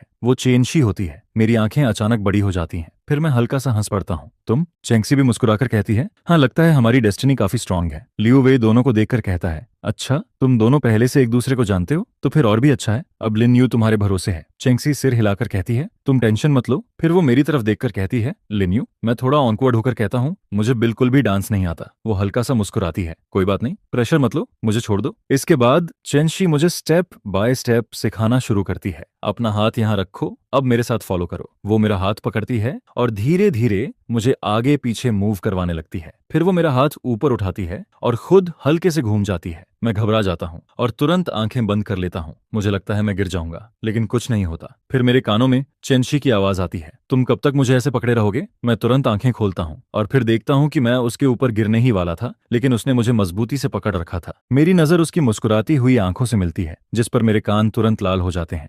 मैं जल्दी से सीधा खड़ा होता हूँ और धीरे से उसे थोड़ा दूर करता हूँ। सॉरी और थैंक यू। वो मुस्कुराकर कहती है, कोई बात नहीं, चलो फिर से करते हैं। मैं सिर हिलाता हूँ। इस बार मैं पहले से भी ज्यादा ध्यान से प्रैक्टिस करता हूँ और आखिरकार इस बार मैं फिर से गलती नहीं करता। जिस पर चेंशी कहती है, इतना नर्वस होने की जरूरत नहीं है, डांस एक खुशी वाली चीज है, इसे एंजॉय करो। मैं उसकी बात सुनकर थोड़ा रिलैक्स होने की कोशिश करता हूँ और फिर कुछ देर तक प्रैक्टिस करता रहता हूँ। तभी लियू वेई हमारे पास आता है और पूछता है, तो प्रोग्रेस कैसी चल रही है? जिस पर चेंशी मेरी तरफ से जवाब देती है, टेंशन मत लो, जब तक मैं हूँ ये तुम्हें पीछे नहीं खींचेगा। लियू वेई हंसने लगता है, ठीक है, आज के लिए इतना काफी है, चलो खाना खाने चलते हैं। खाना खाते वक्त लियू वेई अचानक गॉसिप वाले मूड में पूछता है, लिन्यू, अभी जो तुम्हें फोन आया था वो किसका था? मैं कहता हूँ, मेरी सिस्टर का। वो तुरंत हैरानी से कहता है, तुम्हारी सिस्टर भी है? मैं हल्का सा सिर हिलाता हूँ, लेकिन मैं सुचिंग के बारे में ज्यादा बात नहीं करना चाहता, इसलिए मैं टॉपिक बदल देता हूँ। तभी सामने बैठी चेंशी मेरी हालत समझ जाती है। वो कहती है, लिन्यू, कैंप पार्टी में अब सिर्फ कुछ ही दिन बचे हैं, तुम्हें अच्छे से प्रैक्टिस करनी होगी। अगर चाहो तो तुम कभी भी मेरे पास आ सकते हो। मैं बिल्डिंग 1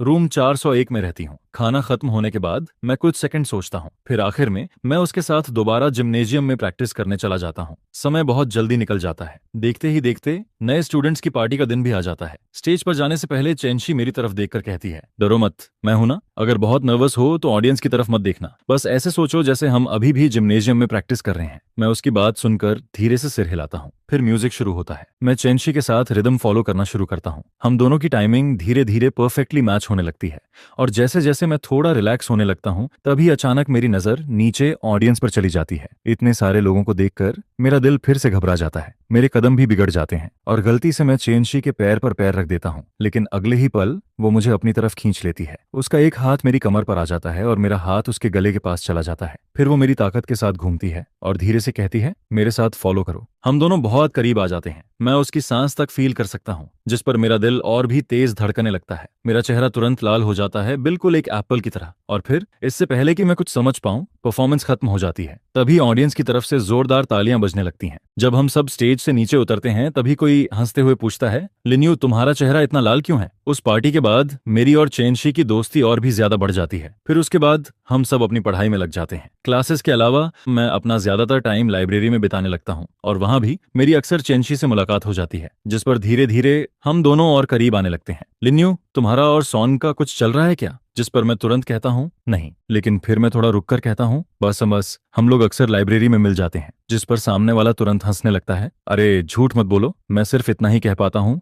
मैं सच में उससे लाइब्रेरी में ही मिलता हूँ, इससे ज्यादा कुछ नहीं है। लेकिन फिर मुझे लियू वेई की कही हुई बात याद आती है। उसने कहा था कि ये बात सुनकर बहुत लोग गलत समझ सकते हैं। जिस पर अगले दिन जब मेरी फिर से चेनशी से लाइब्रेरी में मुलाकात होती है, तो मैं जानबूझकर उससे थोड़ी दूरी बनाकर रखता हूँ।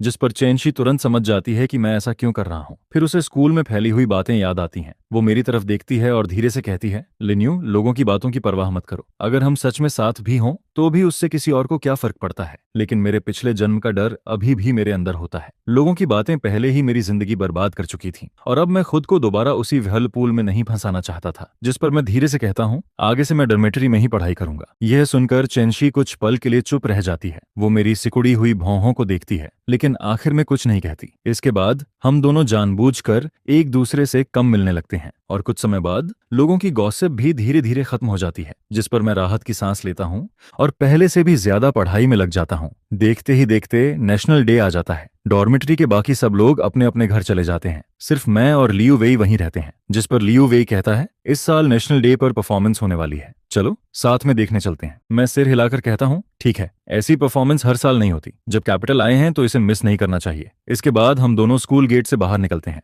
लेकिन तभी सामने हमें चेनशी मिल जाती है। जिस पर वो पूछती है, तुम लोग अभी तक घर नहीं गए, कहाँ जा रहे हो? लियू वेई कहता है, हम लोग शो देखने जा रहे हैं। जिस पर चेनशी मुस्कुराकर कहती है, अच्छा, मैं भी वहीं जा रही हूँ, चलो साथ चलते हैं। फिर वो शायद डरती है कि कहीं मैं मना ना कर दूं। जिस पर वो जल्दी से हमें अपनी सांताना में बैठा लेती है, और फिर हम तीनों स्क्वायर की तरफ निकल जाते हैं। वहां पहुंचते ही हमें बहुत ज्यादा भीड़ दिखाई देती है। जिस पर चेनशी कहती है, इधर कुछ नहीं दिखेगा, मेरे साथ आओ। इतना कहकर वो हमें दूसरी तरफ ले जाती है। जब मैं वहां पहुंचता हूं तो मैं हैरानी से उसके चुने हुए स्पॉट को देखता हूं। वहां से सब कुछ बिल्कुल साफ दिखाई दे रहा होता है। जिस पर मैं चेनशी की तरफ देखकर हैरानी से पूछता हूं, तुम आखिर हो कौन? तुम्हें इतनी अच्छी जगह कैसे मिल गई? तभी मुझे स्कूल में सुनी हुई बात याद आती है। मैंने सुना था कि उसके ग्रैंडपा कोई बहुत बड़े आदमी है। लेकिन चेनशी सिर्फ हल्का सा मुस्कुराती है, कुछ नहीं, परफॉर्मेंस शुरू होने वाली है। जिस पर मैं कुछ नहीं कहता। लेकिन तभी मैं नोटिस करता हूं कि लियू वेई की नजरें चेनशी की तरफ बदल चुकी हैं।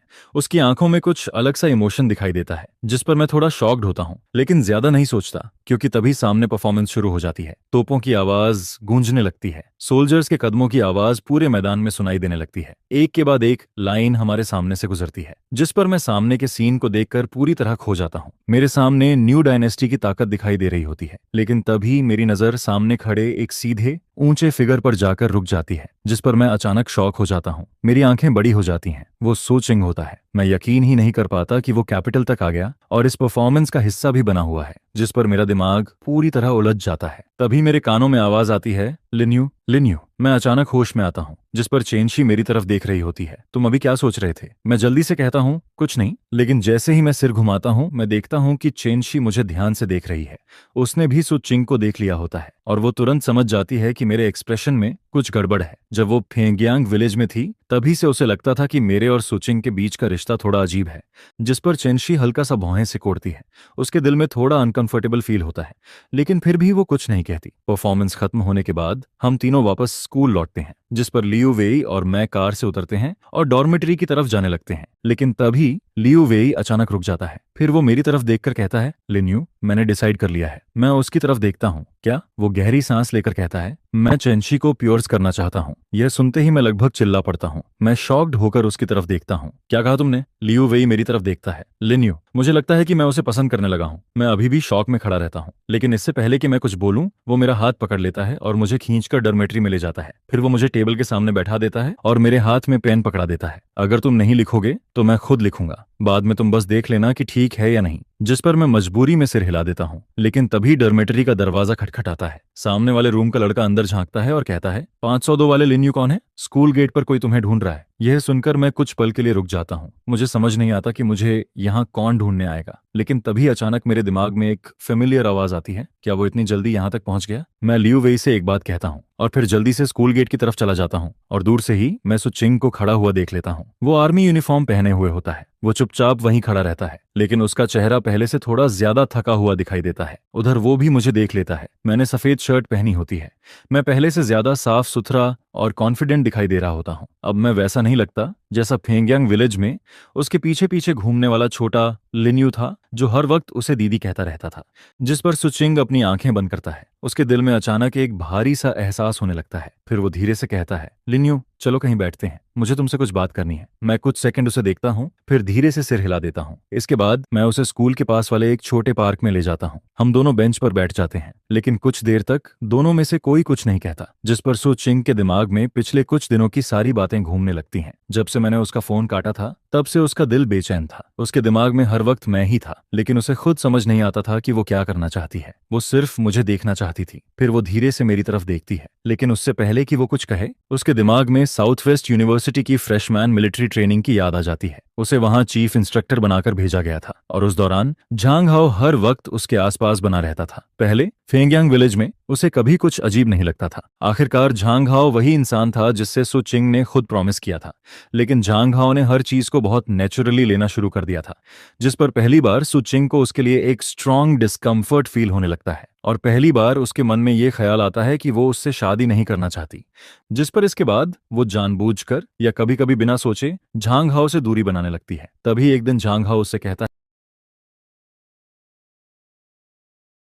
है, सुचिंग क्या हम दोनों की शादी तय नहीं है? जिस पर सुचिंग कुछ सेकंड चुप रहती है, फिर धीरे से कहती है, झांग हाओ हमारी शादी के बारे में मुझे लगता है कि हमें दोबारा सोचना चाहिए। यह सुनते ही झांग हाओ का चेहरा बदल जाता है। क्यों? क्या मैं तुम्हारे लिए काफी नहीं हूँ? जिस पर सुचिंग धीरे से कहती है, मुझे माफ करना, लेकिन मैंने फैसला कर लिया है। अब वो दोबारा उसी कीचड़ में नहीं फंसना चाहती थी, क्योंकि अब उसे धीरे धीरे समझ आने लगा था कि वो रियल में किसकी परवाह करती है। दूसरी तरफ पार्क में मेरे और सुचिंग के बीच छाई हुई साइलेंस को झांग हाओ की बात जैसे डिफॉल्ट आंसर दे देती है। झांग हाओ ठंडे स्वर में हंसता है, वो तुम्हारा भाई है, तुम ऐसा नहीं कर सकती, और वैसे भी वो तो कैपिटल जा चुका है। क्या तुम्हें लगता है कि वो वापस मुड़कर आएगा? जिस पर सुचिंग उसकी तरफ देखती है, तुम्हें पता है ना कि वो अचानक चिंगबई क्यों गया? क्या तुमने मुझसे कुछ छुपाया है? झांग हाओ बिना झिझक कहता है, हाँ मुझे पता है। तो क्या? मैं सिर्फ तुम्हारी मदद कर रहा था। यह सुनते ही सुचिंग को सब समझ आ जाता है।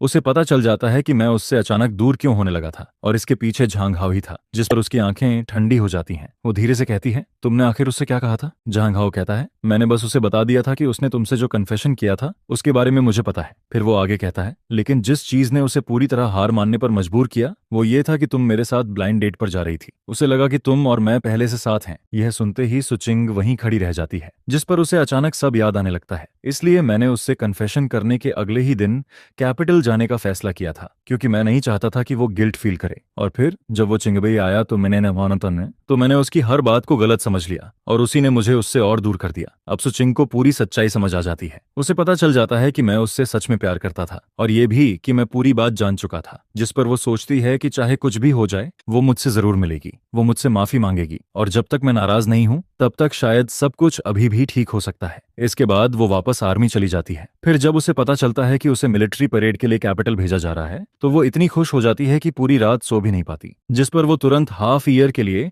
कैपिटल मिलिट्री रीजन में स्टडी करने की एप्लीकेशन भी दे देती है। तभी मेरी आवाज उसकी सोच को बीच में रोक देती है, अगर तुम्हें कुछ नहीं कहना तो मैं वापस जा रहा हूँ। यह सुनते ही सुचिंग अचानक होश में आती है। फिर वो जल्दी से मेरा हाथ पकड़ लेती है जब मैं उठकर जाने वाला होता हूँ। मत जाओ लिन्यू। मैं कुछ पल के लिए रुक जाता हूँ। उसकी आवाज में जो जिद होती है उसे सुनकर मुझे एक पल के लिए ऐसा इल्यूजन होने लगता है जो शायद कभी सच नहीं हो सकता। लेकिन फिर मैं सिर हिलाता हूँ और उसकी तरफ देखकर कहता हूँ, तुम आखिर मुझसे कहना क्या चाहती हो? जिस पर सुचिंग सामने बैठे हुए मुझे देखती है। वो मुझे बचपन से जानती थी। उसने कभी इमेजिन भी नहीं किया था कि उसके मन में मेरे लिए ऐसी फीलिंग्स होंगी। अगर उसे पहले पता होता तो शायद जिस दिन मैंने उससे कन्फेशन किया था उस दिन वो मुझे इतनी बेरहमी से रिजेक्ट नहीं करती, और ना ही झांग हाओ के साथ ब्लाइंड डेट पर जाती। लेकिन अब उसे अपने दिल की बात समझ आ गई थी, और शायद अभी भी बहुत देर नहीं हुई थी। जिस पर वो धीरे से कहती है, लिन्यू पहले जो कुछ भी हुआ वो सब मेरी गलती थी, लेकिन अब मुझे साफ समझ आ गया है कि मैं भी तुम्हें पसंद करती हूँ। लेकिन वो अपनी बात पूरी भी नहीं कर पाती क्योंकि मैं अचानक खड़ा हो जाता हूँ। मेरी आंखों में एक ऐसा इमोशन होता है जिसे वो समझ नहीं पाती, जिस पर उसकी बाकी बात गले में ही अटक जाती है। कुछ सेकंड बाद वो फिर जल्दी से कहती है, लिन्यू, मैं सच बोल रही हूँ, मैंने सब सोच लिया है। जब तक मैं तुम्हारे साथ रह सकती हूँ। लेकिन इससे पहले कि वो अपनी बात पूरी करे, मैं उसे सीधे रोक देता हूँ। नहीं, मैं अपनी मुट्ठी कस लेता हूँ ताकि अपने अंदर की सारी फीलिंग्स को दबा सकूं। फिर मैं उसकी तरफ देखकर साफ शब्दों में कहता हूँ, मैं अब सब छोड़ चुका हूँ। आगे से तुम मेरे लिए सिर्फ मेरी सिस्टर रहोगी। फिर मैं आगे कहता हूँ, और तुम ये भूल रही हो कि साल के आखिर में तुम्हारी और झांग हाओ की शादी होने वाली है। जिस पर सुचिंग तुरंत कहती है, मैं उसे सब साफ बता चुकी हूँ और मॉम डैड को भी समझा दूंगी। तुम्हें किसी बात का बर्डन लेने की जरूरत नहीं है। मैं उसकी तरफ देखता हूँ और पहली बार मुझे अपनी ही नजरों पर शक होने लगता है, क्योंकि मुझे लगता है कि वो हमेशा सिर्फ अपने बारे में सोचती आई है। जब उसे लगा कि वो मुझे पसंद नहीं करती तो उसने मुझे बिना सोचे रिजेक्ट कर दिया। उसने मुझे ये तक अलाउ नहीं किया कि मैं उसे पसंद कर सकूं। और जब झांग हाओ की वजह से उसने मुझे छोड़ दिया, तब भी उसने पीछे मुड़कर नहीं देखा। लेकिन अब जब मैं फाइनली उसे छोड़ चुका हूं तो वो दोबारा मेरे सामने आकर खड़ी हो गई है, जिस पर मेरे दिल में एक अलग सी फीलिंग उठती है। फिर मैं उसकी तरफ देखकर एक एक शब्द साफ बोलता हूं, मैं एक बार फिर कह रहा हूं, अब फैमिली वाली फीलिंग के अलावा मेरे दिल में तुम्हारे लिए कुछ नहीं है। और जहां तक तुम्हारा और झांग हाओ का सवाल है, मुझे उससे कोई फर्क नहीं पड़ता। फिर मैं पीछे हटता हूँ, मुझे अभी काम है, मैं जा रहा हूँ। इतना कहकर मैं मुड़ जाता हूँ सन्ना और वहां से चलने लगता हूँ। लेकिन जैसे ही मैं एक कदम आगे बढ़ाता हूँ, सुचिंग फिर से मेरा हाथ पकड़ लेती है। मुझे पता है तुम गुस्से में ये सब कह रहे हो, पहले मैंने तुम्हें हर्ट किया था, लेकिन आगे से मैं उसका दुगना लौटाऊंगी। यह सुनकर मेरा मन करता है कि मैं वहीं आंखें घुमा लूं। मुझे समझ नहीं आता कि क्या सुचिंग को लोगों की बात समझ ही नहीं आती, जिस पर मैं अब और बहस नहीं करना चाहता। मैं उसका हाथ झटक देता हूँ और तेज कदमों से आगे बढ़ने लगता हूँ। लेकिन सुचिंग की नजर में मेरा ये रिएक्शन सिर्फ गुस्सा होता है, जिस पर वो हल्का सा मुस्कुराती है और फिर मेरे पीछे पीछे चलने लगती है। लिन्यू, मैंने कैपिटल मिलिट्री रीजन में हाफ ईयर स्टडी के लिए अप्लाई किया है। आगे से मैं तुमसे अक्सर मिलने आ सकूंगी। यह सुनते ही मेरे दिल में और भी ज्यादा इरिटेशन होने लगता है। जब मैं उसे पसंद करता था तब उसने मुझे बिना वजह रिजेक्ट कर दिया, और अब जब मैं फाइनली उसे छोड़ चुका हूं तो वो खुद मेरे पीछे आ रही है, जिस पर मैं अंदर से पूरी तरह थक जाता हूं। फिर जैसे ही मैं स्कूल गेट तक पहुंचता हूं, मैं उसकी तरफ मुड़कर कहता हूं, तुम वापस जाओ, मैं अंदर जा रहा हूं, उस आता हूं। इतना कहकर मैं उसके जवाब का इंतजार भी नहीं करता और मुड़कर स्कूल के अंदर जाने लगता हूं। लेकिन मैं मुश्किल से कुछ कदम ही चलता हूं कि तभी पीछे से एक बार फिर कोई ताकत मुझे पकड़ लेती है। मैं थोड़ा इरिटेटेड होकर पीछे मुड़कर देखता हूं, लेकिन सामने जो चेहरा दिखाई देता है उसे देखकर मैं वहीं रुक जाता हूं। वो झांग हाओ होता है। मैं कुछ समझ पाऊं उससे पहले ही वो सीधे मेरे चेहरे पर मुक्का मार देता है। लिन्यू, तुम जैसे कचरे की हिम्मत कैसे हुई? उसका पंच सीधे मेरे चेहरे पर लगता है, जिस पर मैं लड़खड़ाकर पीछे हट जाता हूँ। फिर झांग हाओ जोर से चिल्लाता है, चिंगबई के टीचर्स को पता है कि तुम इतने नीचे गिर चुके हो कि तुम किसी और की फियांसे को छीनने की कोशिश कर रहे हो। उसकी आवाज इतनी तेज होती है कि आसपास के स्टूडेंट्स और टीचर्स भी रुककर हमारी तरफ देखने लगते हैं, जिस पर मेरे अंदर अचानक गुस्सा भर जाता है। पिछले जन्म में लोगों ने मुझ पर ऐसे ही झूठे इल्जाम लगाए थे। वही घुटन, वही सफोकेशन फिर से मेरे अंदर लौट आती है। लेकिन इस बार मैं खुद को संभाल लेता हूँ। फिर मैं उसकी तरफ देखकर कहता हूँ, झांग हाओ, झूठ मत फैलाओ। अगर तुमने और कुछ कहा तो मैं सीधे स्कूल में कंप्लेंट करूंगा। आखिर में तुम्हारा स्टूडेंट स्टेटस भी चला जाएगा। लेकिन झांग हाओ और भी जोर से बोलने लगता है, सब लोग देख लो, इसी ने मेरी फियानसी को मुझसे छीना है और अब मुझे उल्टा थ्रेटन कर रहा है। चुप रहो। तभी अचानक सुचिंग वहां आ जाती है। वो जल्दी से मेरे सामने खड़ी हो जाती है। उसकी आंखें इतनी ठंडी होती हैं जैसे वो किसी को मार देगी। उस वक्त उसे पहली बार बहुत पछतावा होता है। उसे लगता है कि उसने पहले मुझे क्यों नहीं समझा, जिस पर वो मुझे अपने पीछे कर देती है और धीरे से कहती है, तुम अंदर जाओ, यहां मैं संभाल लूंगी। लेकिन मैं सिर हिला देता हूं। अगर मैं इस वक्त चला गया तो मेरे ऊपर लगा ये दाग कभी नहीं मिटेगा। जिस पर झांग हाओ ये देखकर और भी पागल हो जाता है। वो गुस्से में चिल्लाता है, सुचिंग, मैं तुम्हारा फियांस हूं और तुम इसके सामने मेरी बेइज्जती कर रही हो। उसकी बात सुनकर आसपास खड़े लोग आपस में बातें करने लगते हैं। सब लोग मेरी और सुचिंग की तरफ देखने लगते हैं, जिस पर मेरा चेहरा सफेद पड़ जाता है। मैंने इतनी मुश्किल से चिंगबई में एडमिशन लिया था। मैं झांग हाओ को इसे बर्बाद नहीं करने दे सकता था। लेकिन तभी अचानक एक फेमिलियर आवाज सुनाई देती है, ब्रदर इन लॉ, आप ठीक से देखिए, ये लिन्यू है, आपकी फियंसी का छोटा भाई, आपका इमेजिनरी राइवल नहीं। मैं मुड़कर देखता हूँ, वो चेंशी होता है। वो मेरे पास आता है, फिर सुचिंग की तरफ देखकर कहता है, सिस्टर सू, आप भी यहाँ हैं? इतना कहने के बाद वो मेरी तरफ देखता है, फिर मेरे चेहरे पर पड़े लाल निशान को छूता है, जिस पर उसके चेहरे पर गुस्से की एक झलक आ जाती है। ये किसने किया? फिर वो मेरी तरफ देखकर कहता है, लिन्यू, किसी ने तुम्हें मारा और तुमने वापस कुछ नहीं किया? इतना कहकर वो धीरे से मेरा चेहरा छूता है, जिस पर सुचिंग की भौहें सिकुड़ जाती हैं। वो जैसे उसे रोकना चाहती है, लेकिन तभी चेंशी उसके करीब जाकर धीरे से कहता है, जल्दी से इसे यहाँ से ले जाइए। क्या आप चाहती हैं कि लिन्यू को चिंगबई से निकाल दिया जाए? यह सुनते ही सु चिंग कुछ सेकंड के लिए चुप हो जाती है। फिर वो मेरी तरफ देखती है और तुरंत झांग हाओ को पकड़कर वहां से ले जाती है। उस वक्त तक झांग हाओ खुद भी समझ नहीं पाता कि हुआ क्या है। उन दोनों के जाने के बाद चेंशी आसपास खड़े लोगों की तरफ मुड़ता है। फिर वो हल्का सा हंसकर कहता है, कोई बात नहीं, वो आदमी लिन्यू का ब्रदर इन लॉ है। उसका दिमाग थोड़ा ठीक नहीं है, क्योंकि लिन्यू अपनी सिस्टर के काफी क्लोज है, इसीलिए वो उसे हमेशा अपना इमेजिनरी एनिमी समझता है। इतना कहने के बाद वो मेरा हाथ पकड़ता है और मुझे कैंपस के अंदर ले जाता है। लेकिन मैं अभी भी शॉक में होता हूँ, क्योंकि चेंशी ने अभी अभी झांग हाओ को मेरा ब्रदर इन लॉ कहा था। जब तक हम कैंपस के अंदर पहुंचते हैं तब तक भी मैं उसी बारे में सोच रहा होता हूँ। फिर अचानक मेरे चेहरे में हल्का सा दर्द होता है, जिस पर मैं फाइनली होश में आता हूँ। मैं धीरे से कहता हूँ, थैंक यू, अभी तुमने मेरी मदद की। जिस पर चेंशी मेरी तरफ देखकर कहता है, डॉर्मेट्री में मेडिसिन है, तुम्हारे चेहरे पर जल्दी कुछ लगाना पड़ेगा। मैं सिर हिला देता हूँ, लेकिन तभी मुझे फील होता है कि चेंशी थोड़ा गुस्से में है। जिस पर मैं धीरे से पूछता हूँ, क्या तुम नाराज हो? वो तुरंत कहता है, जिसने तुम्हें मारा उससे नहीं, मैं तुमसे नाराज हूँ। मैं उसकी तरफ हैरानी से देखता हूँ। फिर वो कहता है, किसी ने तुम्हें मारा और तुमने वापस कुछ नहीं किया। तुम्हारी सिस्टर तुम्हारे बगल में खड़ी थी, लेकिन वो तुम्हारी प्रोटेक्शन भी नहीं कर पाई। मैं कुछ सेकंड चुप रहता हूँ, फिर धीरे से कहता हूँ, तुम्हारी नजर सच में बहुत खराब है। वो मेरी तरफ देखता है जैसे समझ नहीं पाता। जिस पर मैं आगे कहता हूँ, तुम मुझे जानते हो फिर भी उसे पसंद करते हो? मुझे लगता है कि चेंशी समझ गया कि मैं क्या कहना चाहता हूँ, लेकिन फिर वो अचानक कहता है, फेंगेंग विलेज में ही मैंने देख लिया था, तुम उससे अलग हो। मैं उसकी तरफ देखकर धीरे से कहता हूँ, वो सब खत्म हो चुका है, आगे से वो सिर्फ मेरी सिस्टर रहेगी। यह सुनते ही चेंशी कुछ सेकंड के लिए चुप हो जाता है। वो लगातार मेरी तरफ देखता रहता है। उसकी नजरें इतनी सीधी होती हैं कि मुझे थोड़ा अनकंफर्टेबल फील होने लगता है। मैं कुछ बोलने ही वाला होता हूँ, तभी अचानक चेंशी मेरे करीब आ जाता है। उसकी आवाज बहुत धीमी होती है, अगर वो सब खत्म हो गया है तो क्या अब तुम मेरे साथ रहोगे? यह सुनते ही मैं पूरी तरह शॉक हो जाता हूँ। मैं उसकी तरफ देखता रह जाता हूँ और कुछ बोल ही नहीं पाता। हम दोनों बस एक दूसरे को देखते रहते हैं। तभी बगल से एक भारी आवाज आती है, तुम लोग क्या कर रहे हो? मैं तुरंत मुड़कर देखता हूँ। वो ल्यूवे होता है। वो डॉर्मेट्री में बैठकर लव लेटर लिख रहा था, लेकिन फिर उसे पता चला कि स्कूल गेट पर मेरे बारे में रूमर्स फैल रहे हैं, जिस पर वो तुरंत भागता हुआ नीचे आया। लेकिन यहाँ आकर उसने मुझे और चेंशी को एक दूसरे के बहुत करीब खड़ा देखा। हम दोनों की नजरें सिर्फ एक दूसरे पर होती हैं, जिस पर उसका दिल अचानक बैठ जाता है। मैं तुरंत होश में आता हूँ और जल्दी से चेंशी को थोड़ा पीछे धक्का देता हूँ। फिर मैं लियू वेई की तरफ देखकर उसे पहले की बात याद करके कहता हूँ, लियू वेई, बात वैसी नहीं है जैसी तुम सोच रहे हो। लेकिन तभी चेंशी अचानक बोल पड़ता है, तुम इसे एक्सप्लेन क्यों कर रहे हो? मैं कुछ पल के लिए चुप रह जाता हूँ। फिर लियू वे आगे आता है। वो सीधे चेंशी की तरफ देखता है, क्योंकि वो जानता है कि मैं तुम्हें पसंद करता हूँ। यह सुनते ही मैं वहीं फ्रीज हो जाता हूँ, जिस पर मुझे तुरंत फील होता है कि चेंशी की नजरें अब मेरी तरफ हैं और मैं उसकी तरफ देखने की हिम्मत नहीं कर पाता। मैं जल्दी से कोई बहाना सोचने लगता हूँ, लेकिन तभी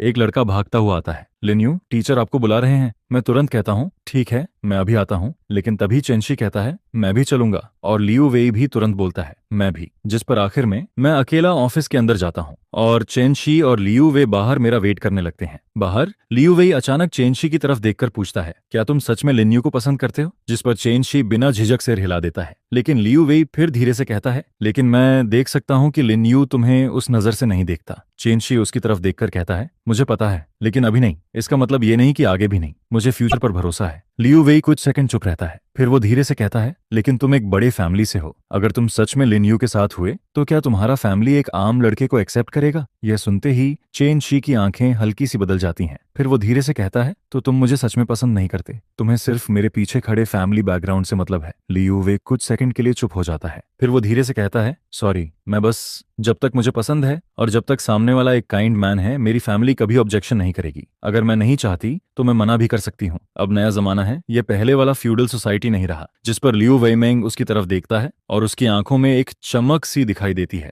जैसे वह इन बंधनों को तोड़ देना चाहता है। क्या वह सच में मना कर सकता है? इसी दौरान मैं टीचिंग बिल्डिंग से बाहर आता हूँ, जिस पर मैं पूछता हूँ, क्या हुआ? उन्होंने तुम्हें परेशान तो नहीं किया? जिसके जवाब में वह कहता है, नहीं, सब कुछ क्लियरली समझा दिया गया है और अब मैं साउथ वेस्ट यूनिवर्सिटी को कंप्लेंट लेटर लिखने वाला हूँ। झांग हाओ ने मुझे इतनी गलत तरीके से बर्बाद किया है, जिस पर मैं उसे बिल्कुल नहीं छोड़ूंगा। फिर मैं लियू वेई की तरफ देखता हूँ और कहता हूँ, लियू वेई, क्या हुआ? अब हम जा सकते हैं? जिस पर वह हल्का सा चौंकता है और कहता है, ओह चलो। इसके बाद हम दोनों डोरमेट्री की तरफ वापस जाने लगते हैं। रास्ते में मैं सोल डिपार्टमेंट वाले लियू वेई की तरफ देखता रहता हूँ। मुझे लगता है कि वह अभी भी कुछ देर पहले हुई बातों के बारे में सोच रहा है। जिस पर वह अचानक बोलता है, लियू वेई, जल्दी एक्सप्लेन मत करना, अभी चेंशी और लिन्यू के सामने। आई एम सॉरी, मैंने तुमसे झूठ बोला था। मैं उसकी तरफ देखता हूँ, जिस पर वह आगे कहता है, मैंने जो कहा था कि मैं चेंशी को चेस करना चाहता हूँ, उसका रीजन ये नहीं था कि मैं उसे पसंद करता हूँ, बल्कि उसके पीछे उसकी फैमिली बैकग्राउंड थी। चेंशी के फादर कैपिटल मिलिट्री रीजन में एक जनरल हैं, जिस पर वह धीरे धीरे सब कुछ बताने लगता है। बचपन से ही मुझे बहुत स्ट्रांगली दबाया गया, मुझे हमेशा यही सिखाया गया कि फ्यूचर में मुझे सिर्फ हाई रैंकिंग कैडर के बच्चों से ही शादी करनी है। चिंगबई में पढ़ने आ पाना ही मेरी थोड़ी सी फ्रीडम थी, जिसे मैंने बहुत मुश्किल से हासिल किया था। इसलिए जब मुझे चेन शी की बैकग्राउंड के बारे में पता चलता है, तब मैं ये सुनकर मैं चुप हो जाता हूँ। मैंने कभी नहीं सोचा था कि हमेशा हंसते रहने वाला, चीयरफुल और लाइवली दिखने वाला लियू वेई अपने अंदर इतनी परेशानियां छुपा कर रखता है। जिस पर मैं उसकी तरफ देखकर कहता हूँ, लियू वेई, अब नया जमाना है, तुम्हारे पास अपनी शादी का फैसला खुद करने का राइट है। लाइफ तुम्हारी अपनी है, इसलिए फैसला भी तुम्हें खुद लेना चाहिए, किसी और के इन्फ्लुएंस में मत आओ। फिर मैं थोड़ी देर रुक कर कहता हूँ, यह मेरी अपनी एक्सपीरियंस भी है, ये वही दर्द है जिससे मैं पहले गुजर चुका हूँ। यह सुनकर लियू वेई अचानक मेरी तरफ देखता है और कहता है, नो वंडर चेंशी तुम्हें पसंद करता है। उसने भी मुझसे बिल्कुल यही बात कही थी, लेकिन इससे पहले कि मैं कुछ बोल पाता, वह अचानक मुझे हग कर लेता है, जिस पर उसकी आवाज हल्की सी कांपती है। लिन्यू, थैंक यू। मैं धीरे से अपना हाथ उसकी बैक पर रखता हूँ और उसे थपथपाने लगता हूँ। कुछ देर बाद वह खुद को मुझसे अलग करता है। उसकी आंखें अभी भी लाल होती हैं, लेकिन उसके फेस पर फिर से मुस्कान आ जाती है, जिस पर वह पूछता है, लिन्यू, क्या तुम्हें सच में चेंशी पसंद नहीं है? मैं थोड़ा रुकता हूँ और कहता हूँ, नहीं, अभी मैं सिर्फ अपनी पढ़ाई पर फोकस करना चाहता हूँ। सुचिंग के लिए मेरा इतने सालों का प्यार पहले ही बहुत बुरी तरह खत्म हो चुका है। अब फीलिंग्स मेरे लिए उतनी इंपॉर्टेंट नहीं रही। मैं सिर्फ खुद को बेहतर बनाना चाहता हूँ और अपने लिए एक ब्राइट फ्यूचर कमाना चाहता हूँ। इसके बाद नेशनल डे की आखिरी कुछ दिनों में लियू वेई मुझे कैपिटल की बहुत सारी जगहों पर घुमाता है, जिस पर चेंशी भी अक्सर हमारे साथ शामिल होता रहता है। लेकिन सुचिंग और झांग हाओ दोबारा कहीं दिखाई नहीं देते। नेशनल डे खत्म होने के बाद मैं फिर से अपनी वही लाइफ शुरू कर देता हूँ, जहां मैं हर दिन लाइब्रेरी में बैठा रहता हूँ। लेकिन इस बार मैं जानबूझकर दूरी नहीं बनाता। जिस पर एक दिन मुझे मौका मिलता है और चेनशी से कहता हूँ, चेनशी, हमारी वजह से सब लोग गलत समझ रहे हैं। अगर तुम्हें लगता है कि यह तुम्हारे लिए परेशानी बन रहा है, लेकिन मेरी बात पूरी होने से पहले ही वह बोलता है, उस दिन मैंने जो कुछ कहा था वह मैंने अपनी मर्जी से कहा था। मुझे सिर्फ ये डर था कि शायद तुम्हें बुरा लगे। फिर वह मेरी तरफ देखकर कहता है, और अगर तुम मुझे अपने पास खड़े रहने का मौका दे दो तो मैं बहुत खुश रहूंगा। उसकी आंखों में अफेक्शन साफ दिखाई देता है, जिस पर मैं धीरे से कहता हूँ, शायद अभी मेरे दिल में वह फीलिंग्स नहीं है, लेकिन थैंक यू। जिस पर वह मुस्कुराता है और कहता है, मुझे पता है, इट्स ओके, मैं कोशिश करता रहूंगा। मुझे यकीन है कि एक दिन तुम अपना फैसला बदल दोगे। मैं यह सुनकर कुछ नहीं कह पाता, जिस पर मैं सिर्फ चुप रह जाता हूँ।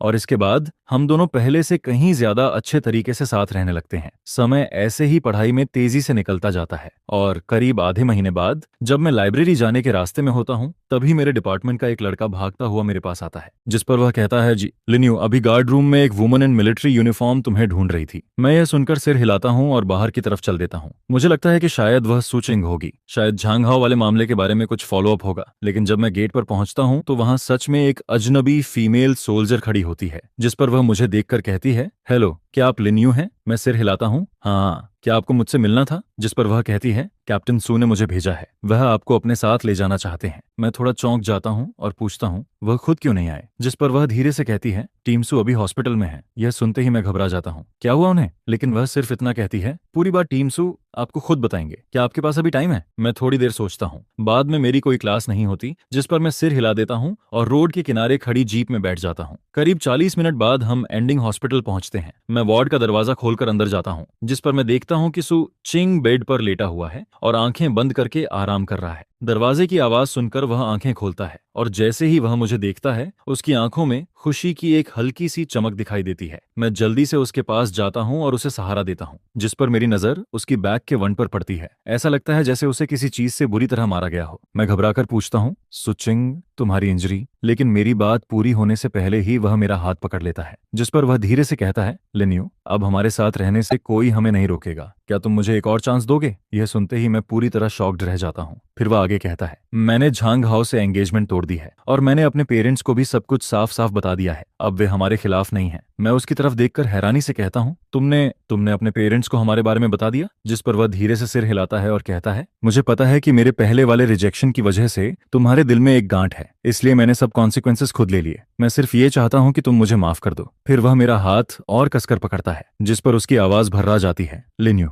मैं सच में तुमसे प्यार करता हूँ। मैं उसकी चोट की तरफ देखता हूँ, लेकिन उस समय मेरा दिमाग पूरी तरह खाली हो चुका होता है और मेरे कानों में सिर्फ उसकी वही बात बार बार गूंजती रहती है, उसने मेरे लिए सब कुछ छोड़ दिया था, और उस पल मुझे ऐसा लगता है जैसे मेरी पूरी जिंदगी अब सिर्फ उसी से जुड़ गई है। पलक झपकते ही उसने ये बात अपने पेरेंट्स को बता दी, लेकिन मैं अब सब छोड़ चुका हूँ और मुझे अब उसके प्यार की जरूरत नहीं है। उसने जो कुछ भी किया उससे मैं बिल्कुल भी मूव नहीं होता। मैं बस कंफ्यूज्ड सा फील करता हूँ और दिल के अंदर से एक उदासी उठने लगती है। अपनी पिछली जिंदगी में भी मैंने अपने पेरेंट्स के सामने सब कुछ साफ साफ कह दिया था, जिस पर मुझे लगा था कि शायद इस बार सब ठीक हो जाएगा और हम पूरी जिंदगी साथ रहेंगे। लेकिन आखिर में मेरी जगह सुचिंग को चुन लिया गया। और सबसे बड़ी बात, इस सब के बीच किसी ने भी मुझसे यह नहीं पूछा कि मैं क्या चाहता हूँ। उस पल मुझे बस अपने पूरे शरीर में ठंड सी फील होने लगती है। सुचिंग चुपचाप मेरी तरफ देखता रहता है।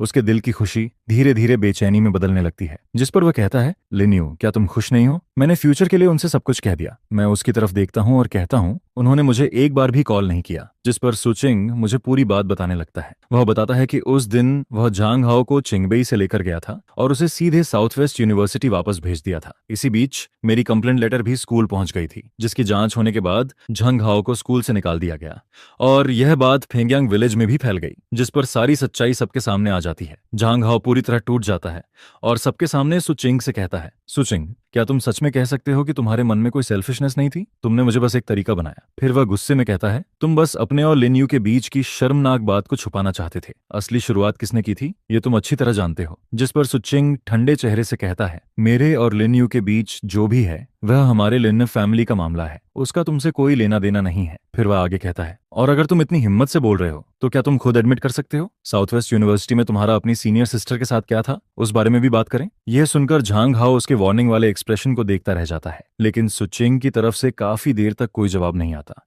दरअसल साउथ वेस्ट यूनिवर्सिटी में झांग हाओ एक सीनियर सिस्टर के साथ इन्वॉल्व था जो उसे पसंद करती थी।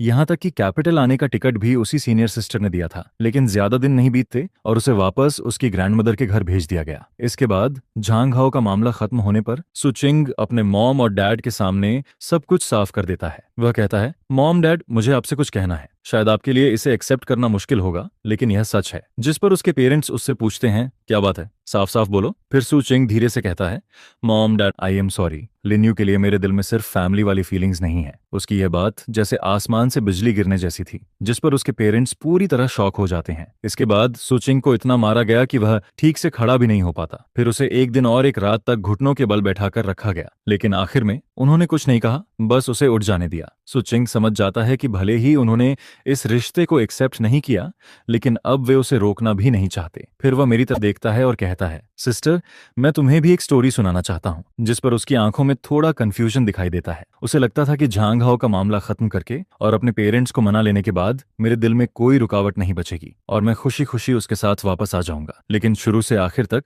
मेरे चेहरे पर एक बार भी स्माइल नहीं आती, जिस पर सुचिंग के दिल में डर भरने लगता है। लेकिन मैं उसके रिएक्शन की तरफ ध्यान नहीं देता और अपनी पिछली जिंदगी की सारी बातें बताना शुरू कर देता हूँ। मैं उसे उस कन्फेशन से लेकर सब कुछ बताता हूँ जहां मैंने उससे उम्मीद लगाई थी, और फिर एक एक करके अपनी पिछली जिंदगी में जो कुछ मेरे साथ हुआ वह सब बता देता हूँ। ये सब कहने के बाद मैं अपनी आंखें बंद करता हूँ और अपनी इमोशंस को फिर से दिल के अंदर दबा देता हूँ। फिर मैं उसकी तरफ देखता हूँ। मेरी आंखें गर्म जोशी से भरी होती हैं, लेकिन उनमें शांति भी होती है। मैं धीरे से कहता हूँ, आई एम सॉरी, मैं अब सब छोड़ चुका हूँ। फिर मैं आगे कहता हूँ, अब फ्यूचर में हम सिर्फ भाई बहन रहेंगे। यह सुनते ही सुचिंग का दिल जैसे एकदम डूब जाता है। उसके आंसू निकल आते हैं और उसके होंठ तक सफेद पड़ जाते हैं। अगर सुचिंग ने यह बात मुझे पिछली जिंदगी में कही होती तो क्या मुझे इतनी दर्दनाक जिंदगी से गुजरना पड़ता? लेकिन अब यह सब सोचकर मुझे सिर्फ अपनी पिछली जिंदगी के लिए दुख होता है। इस जिंदगी में मैं उसके पास कभी वापस नहीं जाऊंगा, लेकिन अब मुझे इन बातों की भी परवाह नहीं है, क्योंकि मैंने आगे बढ़ने का फैसला कर लिया है। और जब मैंने आगे बढ़ने का फैसला कर लिया है तो अब मुझे बार बार पीछे मुड़कर देखने की जरूरत नहीं है। जिस पर मैं उससे कहता हूँ, तुम आराम करो, मैं बाद में तुम्हें देखने आऊंगा। यह कहकर मैं मुड़ता हूँ और बाहर जाने लगता हूँ। तभी पीछे से सुचिंग की आवाज आती है, लिन्यू, सिर्फ एक कहानी की वजह से क्या तुम सच में मुझे छोड़ दोगे? जिस पर मैं रुक जाता हूँ। मेरी आवाज धीमी होती है और उसमें थोड़ा अंधेरा सा फील होता है। मैं कहता हूँ, अगर मैं कहूँ कि वो कोई कहानी नहीं थी, मैंने उसे खुद जिया है। यह कहने के बाद मैं उसका हाथ अपने हाथ से हटाता हूँ। बिना पीछे देखे मैं वार्ड से बाहर निकल जाता हूँ। पीछे सुचिंग मेरी जाती हुई पीठ को देखता रहता है। उसका दिल पूरी तरह टूट चुका होता है। वह समझ नहीं पाता सब कुछ तो पहले ही ठीक हो चुका था, फिर भी वह मुझे क्यों खो रहा था? वह मानने को तैयार नहीं होता, क्योंकि पहले मैं उससे बहुत ज्यादा प्यार करता था। और जहां तक उस कहानी की बात थी, भले ही उसके दिल में बेचैनी थी, लेकिन वह भूत प्रेत या ऐसी चीजों पर यकीन नहीं करता था जिस पर वह अपने मन में सोचता है एक दिन मैं जरूर उसका फैसला बदल दूंगा। इसके बाद मैं हॉस्पिटल से बाहर निकल आता हूँ, लेकिन मैं सीधे स्कूल वापस नहीं जाता। इस बार फोन मेरे फादर उठाते हैं, जिस पर कुछ देर तक हम दोनों चुप रहते हैं। फिर मैं पहले बोलता हूँ, आप और मॉम कैसे हैं? कुछ देर बाद मेरे फादर की थकी हुई आवाज आती है, तुम्हारी मॉम बीमार है, लेकिन कोई बड़ी बात नहीं है, तुम्हें चिंता करने की जरूरत नहीं है। यह सुनकर मेरे दिल में एक कसक सी उठती है। मुझे पता है कि मेरे पेरेंट्स इतनी आसानी से ये सब एक्सेप्ट नहीं कर पाएंगे, लेकिन मैं ये नहीं समझ पाता कि उन्होंने मेरे और मेरी सिस्टर के मामले में आखिर क्यों कॉम्प्रोमाइज कर लिया। जिस पर मेरे फादर धीरे से कहते हैं, तुम्हारी मॉम और मैं अब इस मामले में कुछ नहीं कहेंगे। आगे फ्यूचर में अगर तुम वापस नहीं भी आए तो भी कोई बात नहीं है, हम अपना ख्याल खुद रख लेंगे। मैं धीरे से पूछता हूँ, मॉम डैड आप लोग अम्पोज क्यों नहीं कर रहे? उस दिन मैंने पहली बार सुचिंग को उस हालत में देखा था। उसकी आवाज और उसकी बातों ने मुझे बहुत कुछ याद दिला दिया था, जिस पर मुझे अपने आप पर शर्म महसूस होती है। फिर वह कहती है, असल में बात ऐसी है, मेरी बात सुनो। मैंने कहा था कि फ्यूचर में मैं उसे सिर्फ अपनी सिस्टर की तरह देखूंगी, और यह बात दिल से कही थी। चिंगबे आने की जिद करने की एक बड़ी वजह भी यही थी। फोन के दूसरी तरफ अचानक कुछ देर के लिए चुप्पी छा जाती है। फिर मेरे फादर की आवाज आती है, लिन्यू साफ साफ बताओ, तुम्हारे और सुचिंग के बीच आखिर क्या है? मैं धीरे से कहता हूँ, मैंने अपनी सिस्टर को साफ कह दिया है, हम हमेशा सिर्फ रिलेटिव्स रहेंगे। फिर मैं थोड़ा रुककर कहता हूँ, लेकिन सुचिंग, मैं अपनी बात पूरी नहीं करता। जिस पर फादर कहते हैं, तुम और तुम्हारी मदर बस अपना ख्याल रखो, ये हमारा अपना मामला है और हम इसे खुद सॉल्व कर लेंगे। फिर वह आगे कहते हैं, नेशनल डे पर तुम लोग वापस नहीं आए, न्यू ईयर की छुट्टियों में वापस आ जाना। मैं धीरे से कहता हूँ, मैं प्रॉमिस करता हूँ, हम सब सबस आएंगे। यह कहकर मैं फोन रख देता हूँ। फोन रखने के बाद मुझे सुचिंग का ख्याल आता है।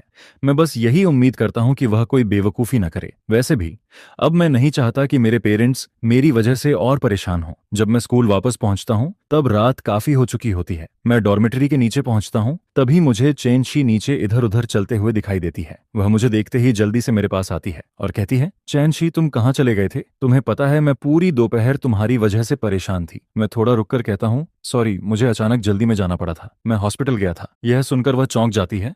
हॉस्पिटल? क्या हुआ? तुम बीमार हो? मैं सिर हिलाता हूँ, नहीं मैं नहीं, मेरी सिस्टर। वह अभी भी कैपिटल में है, उसने यहाँ मिलिट्री रीजन में पढ़ाई के लिए अप्लाई किया है और शायद वह यहाँ आधा साल रहेगी। यह सुनते ही चैनशी का चेहरा और खराब हो जाता है, लेकिन वह कुछ नहीं कहती। मैं उसके चेहरे से उसकी फीलिंग्स साफ फील कर सकता हूँ। जिस पर मैं थोड़ा सोचकर कहता हूँ, आगे मैं जहां भी जाऊंगा तुम्हें बता दूंगा। फिर मैं कहता हूँ, मैं ऊपर जा रहा हूँ, आता चाहता हूँ। इसके बाद मैं रुककर कहता हूँ, कल दोपहर मेरी कोई क्लास नहीं है, मैं लाइब्रेरी जाऊंगा। जिस पर चैनशी तुरंत कहती है, कल दोपहर मेरी भी क्लास नहीं है, मैं बाद में तुम्हारे पास आ जाऊंगी। मैं बस सिर हिला देता हूँ और ऊपर चला जाता हूँ। मेरी जाती हुई पीठ को देखकर चैनशी का मूड काफी अच्छा हो जाता है। भले ही मैंने अभी तक अपनी फीलिंग्स साफ नहीं की थी, लेकिन वह फील कर सकती थी कि अब मैं उससे पहले जितनी दूरी नहीं बना रहा था, और उसे लगता है कि अगर ऐसे ही चलता रहा तो एक दिन वह जरूर मेरे करीब आ जाएगी। जब मैं डॉर्मेटरी में वापस पहुंचता हूं तो मुझे लियू वेई का बेड खाली दिखाई देता है। मैं बस हल्का सा सिर हिलाता हूं। मुझे लगता है कि शायद उसके फैमिली में कोई जरूरी काम आ गया होगा, जिस पर मैं ज्यादा नहीं सोचता और बैठकर बुक पढ़ने लगता हूं। उधर मिलिट्री हॉस्पिटल में सुचिंग पूरी रात बेचैनी में सोती है और उसी रात उसे एक सपना आता है। सपने में मैं उससे अपने दिल की बात कहता हूँ, लेकिन वह मुझे मना कर देती है। फिर अगले दिन वह साउथ वेस्ट आर्मी चली जाती है और मैं कॉलेज एंट्रेंस एग्जाम में फेल हो जाता हूँ, जिस पर मेरा किसी कॉलेज में एडमिशन नहीं हो पाता। हालांकि मेरी मदर गुस्से में मुझे घर से निकाल देती है, लेकिन सुचिंग को पता होता है कि वह बस गुस्से में ऐसा कह रही है। उसे लगता है कि कुछ दिनों बाद मैं खुद वापस आ जाऊंगा, लेकिन दिन गुजरते जाते हैं, फिर साल भी गुजर जाते हैं और आखिर तक मैं कभी वापस नहीं आता। फिर मेरी मदर नफरत और दुख में मर जाती है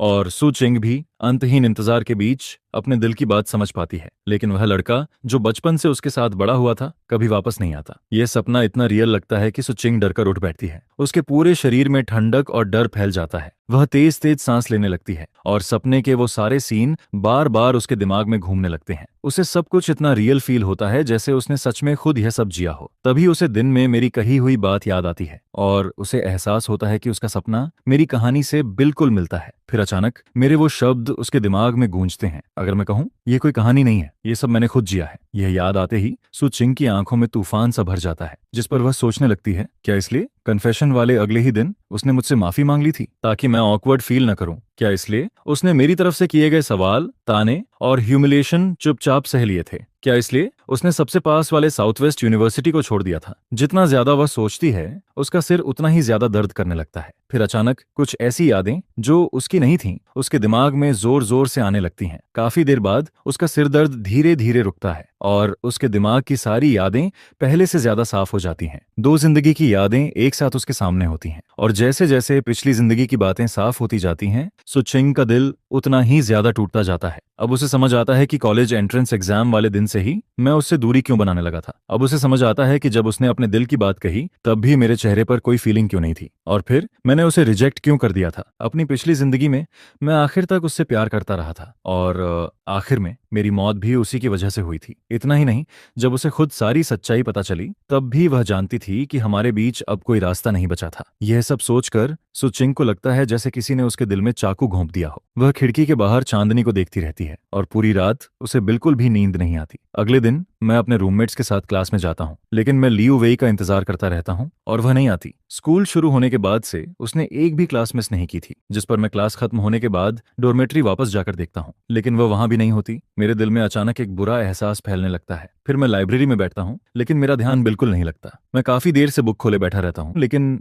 मैंने बहुत देर से उसका एक भी पेज नहीं पलटा होता। तभी मेरे पास बैठी दो लड़कियां बात करने लगती हैं। एक लड़की कहती है, तुम क्या सोच रहे हो? तुमने काफी देर से पेज ही नहीं पलटा। दूसरी लड़की कहती है, आज पूरा दिन लियू वेई दिखाई नहीं दी, वह क्लास में भी नहीं आई, मुझे उसकी थोड़ी चिंता हो रही है। पहली लड़की कहती है, चिंता मत करो, वो कोई बच्ची नहीं है। फिर वह धीरे से कहती है, लेकिन सच में वह बहुत बेचारा है, इतनी मुश्किल से चिंगबेई में एडमिशन लिया और उसके फादर अब उसे ड्रॉप आउट करवाना चाहते हैं। दूसरी लड़की कहती है, मैंने सुना है उसका फादर स्कूल आकर बहुत हंगामा कर रहा था। फिर वह कहती है, और उसके साथ जो लड़का था वह शायद चाइनीज डिपार्टमेंट का था, उसका नाम क्या था? यह सुनते ही मैं अचानक खड़ा हो जाता हूँ, जिस पर दोनों लड़कियां डरकर मेरी तरफ देखने लगती हैं। वो लोग अभी कहाँ हैं? जिस पर उनमें से एक लड़की कहती है, शायद एकेडमिक अफेयर्स ऑफिस में। यह सुनते ही मैं तुरंत भागता हुआ बाहर निकल जाता हूँ। चैनशी भी जल्दी से अपनी किताबें समेटती है और मेरे पीछे पीछे आ जाती है। जब मैं गेट के पास पहुंचता हूँ तभी पीछे से चैनशी मेरा हाथ पकड़ लेती है। वह कहती है, वो लोग वहां पे हैं। मैं तुरंत उसकी तरफ मुड़ता हूँ, जिस पर मैं देखता हूँ कि एक लंबा आदमी लियू वेई को पकड़कर कार में घसीट रहा है। लियू वेई लगातार छूटने की कोशिश करती है, लेकिन मैं फिर भी एक कदम लेट हो जाता हूँ, जिस पर कार तेजी से निकल जाती है और पीछे सिर्फ धुआं छोड़ जाती है। मैं वहीं खड़ा रह जाता हूँ, मेरा दिल एकदम नीचे तक बैठ जाता है। मैं धीरे से कहता हूँ, क्या मैं उससे दोबारा मिल पाऊंगा? चैनशी चुप रहती है, क्योंकि उसे भी जवाब नहीं पता होता। लेकिन मैं सिर्फ एक पल के लिए रुकता हूँ और फिर मुड़कर टीचर ऑफिस बिल्डिंग की तरफ चलने लगता हूँ, जिस पर चैनशी पूछती है, तुम कहाँ जा रहे हो? मैं कहता हूँ, मैं टीचर को ढूंढने जा रहा हूँ, उनके पास जरूर लियू वेई के घर का एड्रेस होगा।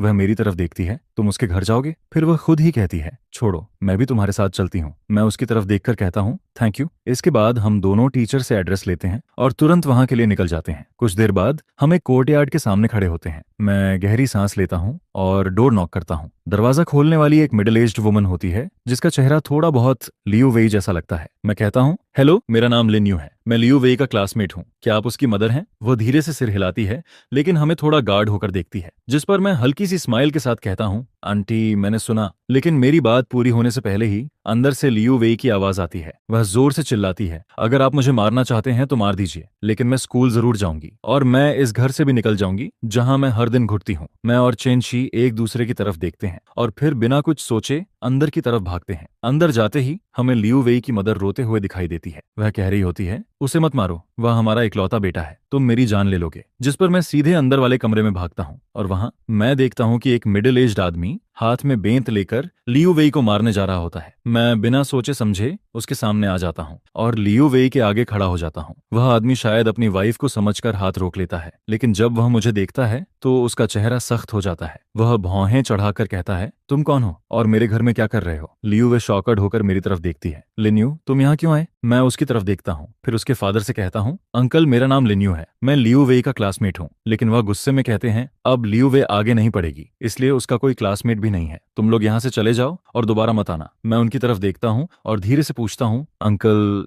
लेकिन क्यों? जिस पर वह गुस्से में कहते हैं, मैंने उसे स्कूल इसलिए भेजा था ताकि वह समझदार बने और मेरी बात माने। फिर वह लियू वेई की तरफ देखकर कहते हैं, लेकिन इसने मुझे शर्मिंदा कर दिया। अगर यह ठीक से पढ़ाई भी नहीं करेगी तो फ्यूचर में इसकी शादी कैसे होगी? यह सुनकर लियू वेई रोते हुए कहती है, मैंने कहा ना, अगर फ्यूचर में मैं अकेली भी रही तो भी मैं अच्छी तरह जी सकती हूँ। आप मुझ पर भरोसा क्यों नहीं करते? लेकिन उसके फादर कहते हैं, हर किसी को शादी करनी पड़ती है। फिर वह कहते हैं, मैं चाहता हूं कि तुम जल्दी किसी अच्छे फैमिली में शादी कर लो।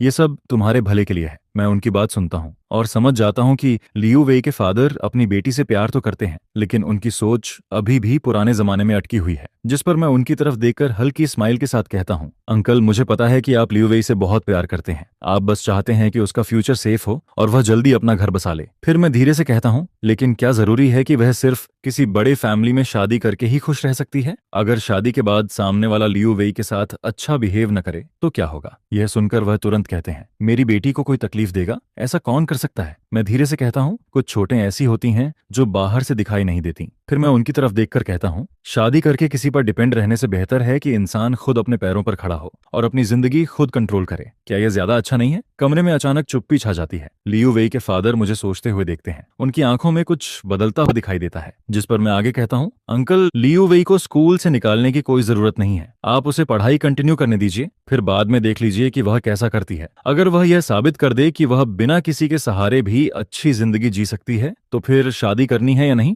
और किससे करनी है ये उतना इंपॉर्टेंट नहीं रहेगा। लियू वेई के फादर कुछ नहीं कहते, लेकिन उनका चेहरा पहले जैसा सख्त नहीं रहता। फिर वह अचानक मुझसे पूछते हैं, ये सब बातें तुमने कहाँ से सीखी? अगर फ्यूचर में तुम शादी नहीं करोगे तो क्या तुम्हारे पेरेंट्स मान जाएंगे? मैं हल्का सा मुस्कुराता हूँ और कहता हूँ, अंकल, आपने गलत समझा। ऐसा नहीं है कि मैं शादी नहीं करना चाहता। मैं भी चाहता हूँ कि फ्यूचर में मेरा अपना एक फैमिली हो, लेकिन मैं अपनी पूरी जिंदगी की उम्मीद सिर्फ शादी पर नहीं रखना चाहता। उसी समय हॉस्पिटल में सुचिंग मुझे दूसरी लड़कियों के साथ करीब देखकर बहुत अनकंफर्टेबल फील करती है। उसका मन करता है कि वह आगे बढ़कर हम दोनों को अलग कर दे, लेकिन उस ड्रीम के बाद वह जानती है कि अब उसके पास ऐसा करने का हक नहीं है। जिस पर वह धीरे धीरे मेरे पास आती है। मैं उसे देखकर पूछता हूँ, तुम फिर हॉस्पिटल क्यों आई हो? क्या तबीयत खराब है? वह सिर हिलाती है, नहीं, मेरा एक फ्रेंड घायल है। फिर वह मेरी तरफ देखकर कहती है, लिन्यू, क्या हम कहीं और बात कर सकते हैं? कल जो स्टोरी तुमने मुझे सुनाई थी उसके बारे में मुझे तुमसे कुछ कहना है। यह सुनकर मैं थोड़ा रुक जाता हूँ। मेरे मन में तुरंत एक ख्याल आता है, क्या उसे पिछली जिंदगी की बातें याद आ गईं? कुछ देर बाद हम हॉस्पिटल के बाहर खड़े होते हैं, जिस पर मैं उससे पूछता हूँ, तुम मुझसे क्या कहना चाहती हो? सुचिंग मेरी तरफ देखती है। उसकी आंखों में गिल्ट साफ दिखाई देता है।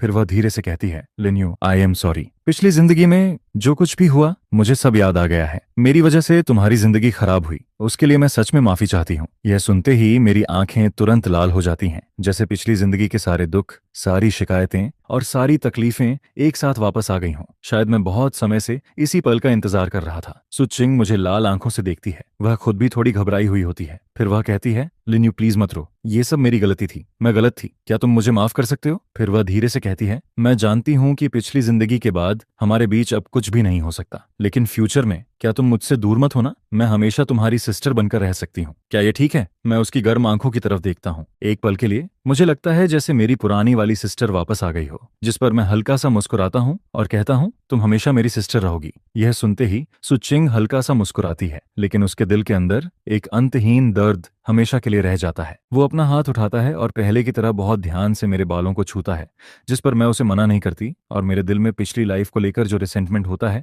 वो धीरे धीरे कम होने लगता है। लेकिन यह वार्म सीन थोड़ी दूर खड़ी शेनशी की नजरों में पड़ जाता है, जिस पर उसे लगता है कि मैंने आखिरकार पलटकर सुचिंग को एक्सेप्ट कर लिया है। यह देखकर सुचिंग के दिल में बहुत बेचैनी होने लगती है और वो आगे बढ़कर हम दोनों को अलग करना चाहती थी, लेकिन उस ड्रीम के बाद वो ये समझ चुकी थी कि अब उसके पास ऐसा करने का कोई हक नहीं बचा है। जिस पर वो मेरे पास आकर पूछती है, तुम फिर से हॉस्पिटल में क्यों? इंग्लैंड मेरे सामने खड़ा होता है, जिस पर मैं उससे पूछती हूँ, तुम मुझसे क्या कहना चाहते हो? जिस पर वो मेरी तरफ देखकर धीरे से कहता है, लिन्यू, आई एम सॉरी, मुझे अपनी पिछली लाइफ में जो कुछ हुआ था वो सब याद आ गया है। मेरे साथ रिलेशनशिप में होने की वजह से तुम्हारी लाइफ खराब हुई थी, इसके लिए मैं बहुत सॉरी हूँ। यह सुनते ही मेरी आंखें तुरंत लाल हो जाती हैं।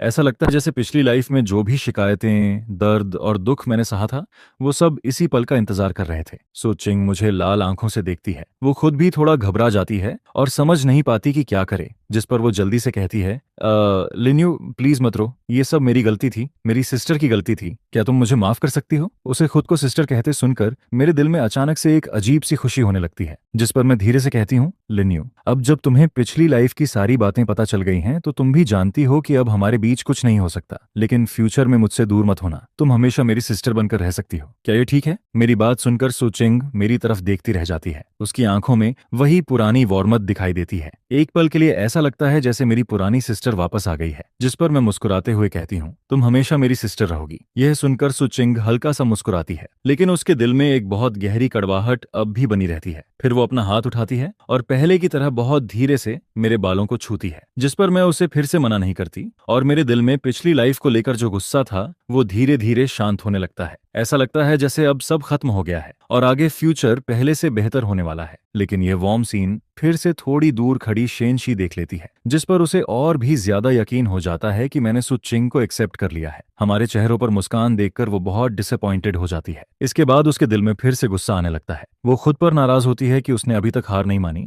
और उसे डर होने लगता है कि मैं फिर से उसी पुराने रिश्ते में वापस चला जाऊंगा। फिर जब वो हमें साइड बाय साइड चलते हुए देखती है तो आखिरकार खुद को रोक नहीं पाती। वो सीधे मेरे सामने आकर खड़ी हो जाती है और कहती है, मुझे तुमसे कुछ कहना है। मैं थोड़ा रुक जाता हूँ। उसकी आवाज में साफ नाराजगी सुनाई देती है, जिस पर मैं सुचिंग की तरफ देखकर कहता हूँ, तो फिर मैं पहले चलता हूँ। लेकिन शेनशी की नजरों में यह ऐसे दिखाई देता है जैसे मैं इतनी छोटी सी बात भी सुचिंग को बताकर जा रहा हूँ। यह देखकर वो और भी ज्यादा नाराज हो जाती है, जिस पर वो गुस्से में कहती है, तुम्हें क्या हो गया है? तुम इतनी नाराज क्यों हो? क्या तुम फिर से अपनी सिस्टर के साथ हो गई हो? तुम दोनों हमेशा एक ही तरफ क्यों होते हो? उसे ऐसा कहते सुनकर मुझे तुरंत समझ आ जाता है कि वो किस बात पर नाराज है।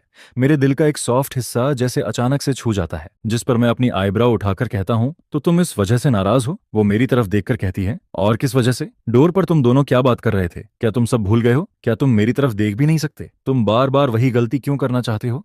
आखिर तुम फिर से उसे ही क्यों चुनते हो? उसके चेहरे पर उदासी देखकर मैं उसे और टीज नहीं कर पाता, जिस पर मैं धीरे से कहता हूँ, तुमने गलत समझा, मैंने उसे नहीं चुना है। शेनशी अभी भी दुख में डूबी हुई थी। वो यह सोच रही थी कि क्या उसे मुझे छोड़ देना चाहिए या फिर मुझे अपने पास खींच लेना चाहिए। लेकिन तभी वो मेरी सॉफ्ट आवाज सुनती है, जिस पर उसका पूरा शरीर अचानक से फ्रीज हो जाता है। फिर उसकी आंखों में अचानक से बहुत खुशी आ जाती है, जिस पर वो जल्दी से पूछती है, तुमने क्या कहा? तुमने उसे एक्सेप्ट नहीं किया? तो फिर अभी क्या था? जिसके जवाब में मैं कहता हूँ, हम बस बात कर रहे थे, चाहे कुछ भी हो वो हमेशा मेरी सिस्टर रहेगी। यह सुनते ही शेनशी को ऐसा लगता है जैसे वो फिर से जिंदा हो गई हो। उसके दिल का सारा डर और बोझ एकदम से खत्म हो जाता है। उसी पल उसे बहुत साफ समझ आ जाता है कि वो मेरे बिना नहीं रह सकती, जिस पर वो एक कदम आगे बढ़ती है और मेरी तरफ बहुत गहरी नजरों से देखकर कहती है, लिन्यू, मैं तुम्हें बहुत पसंद करती हूँ। क्या तुम मुझे एक चांस दोगे? क्या तुम मेरे साथ रहोगे? मैं उसके सामने खड़ी उस लड़की को देखता हूँ और मेरे दिमाग में हमारे साथ बिताए हुए सारे पल आने लगते हैं, जिस पर मेरा दिल धीरे धीरे बहुत सॉफ्ट हो जाता है। मैं ये समझ जाता हूँ कि ऐसा नहीं है कि मेरे दिल में शेनशी के लिए कुछ नहीं था, बस मैंने पिछली बार सुचिंग के लिए बहुत कुछ किया था, लेकिन मुझे कभी कोई जवाब नहीं मिला, जिस पर मैं डर गया था।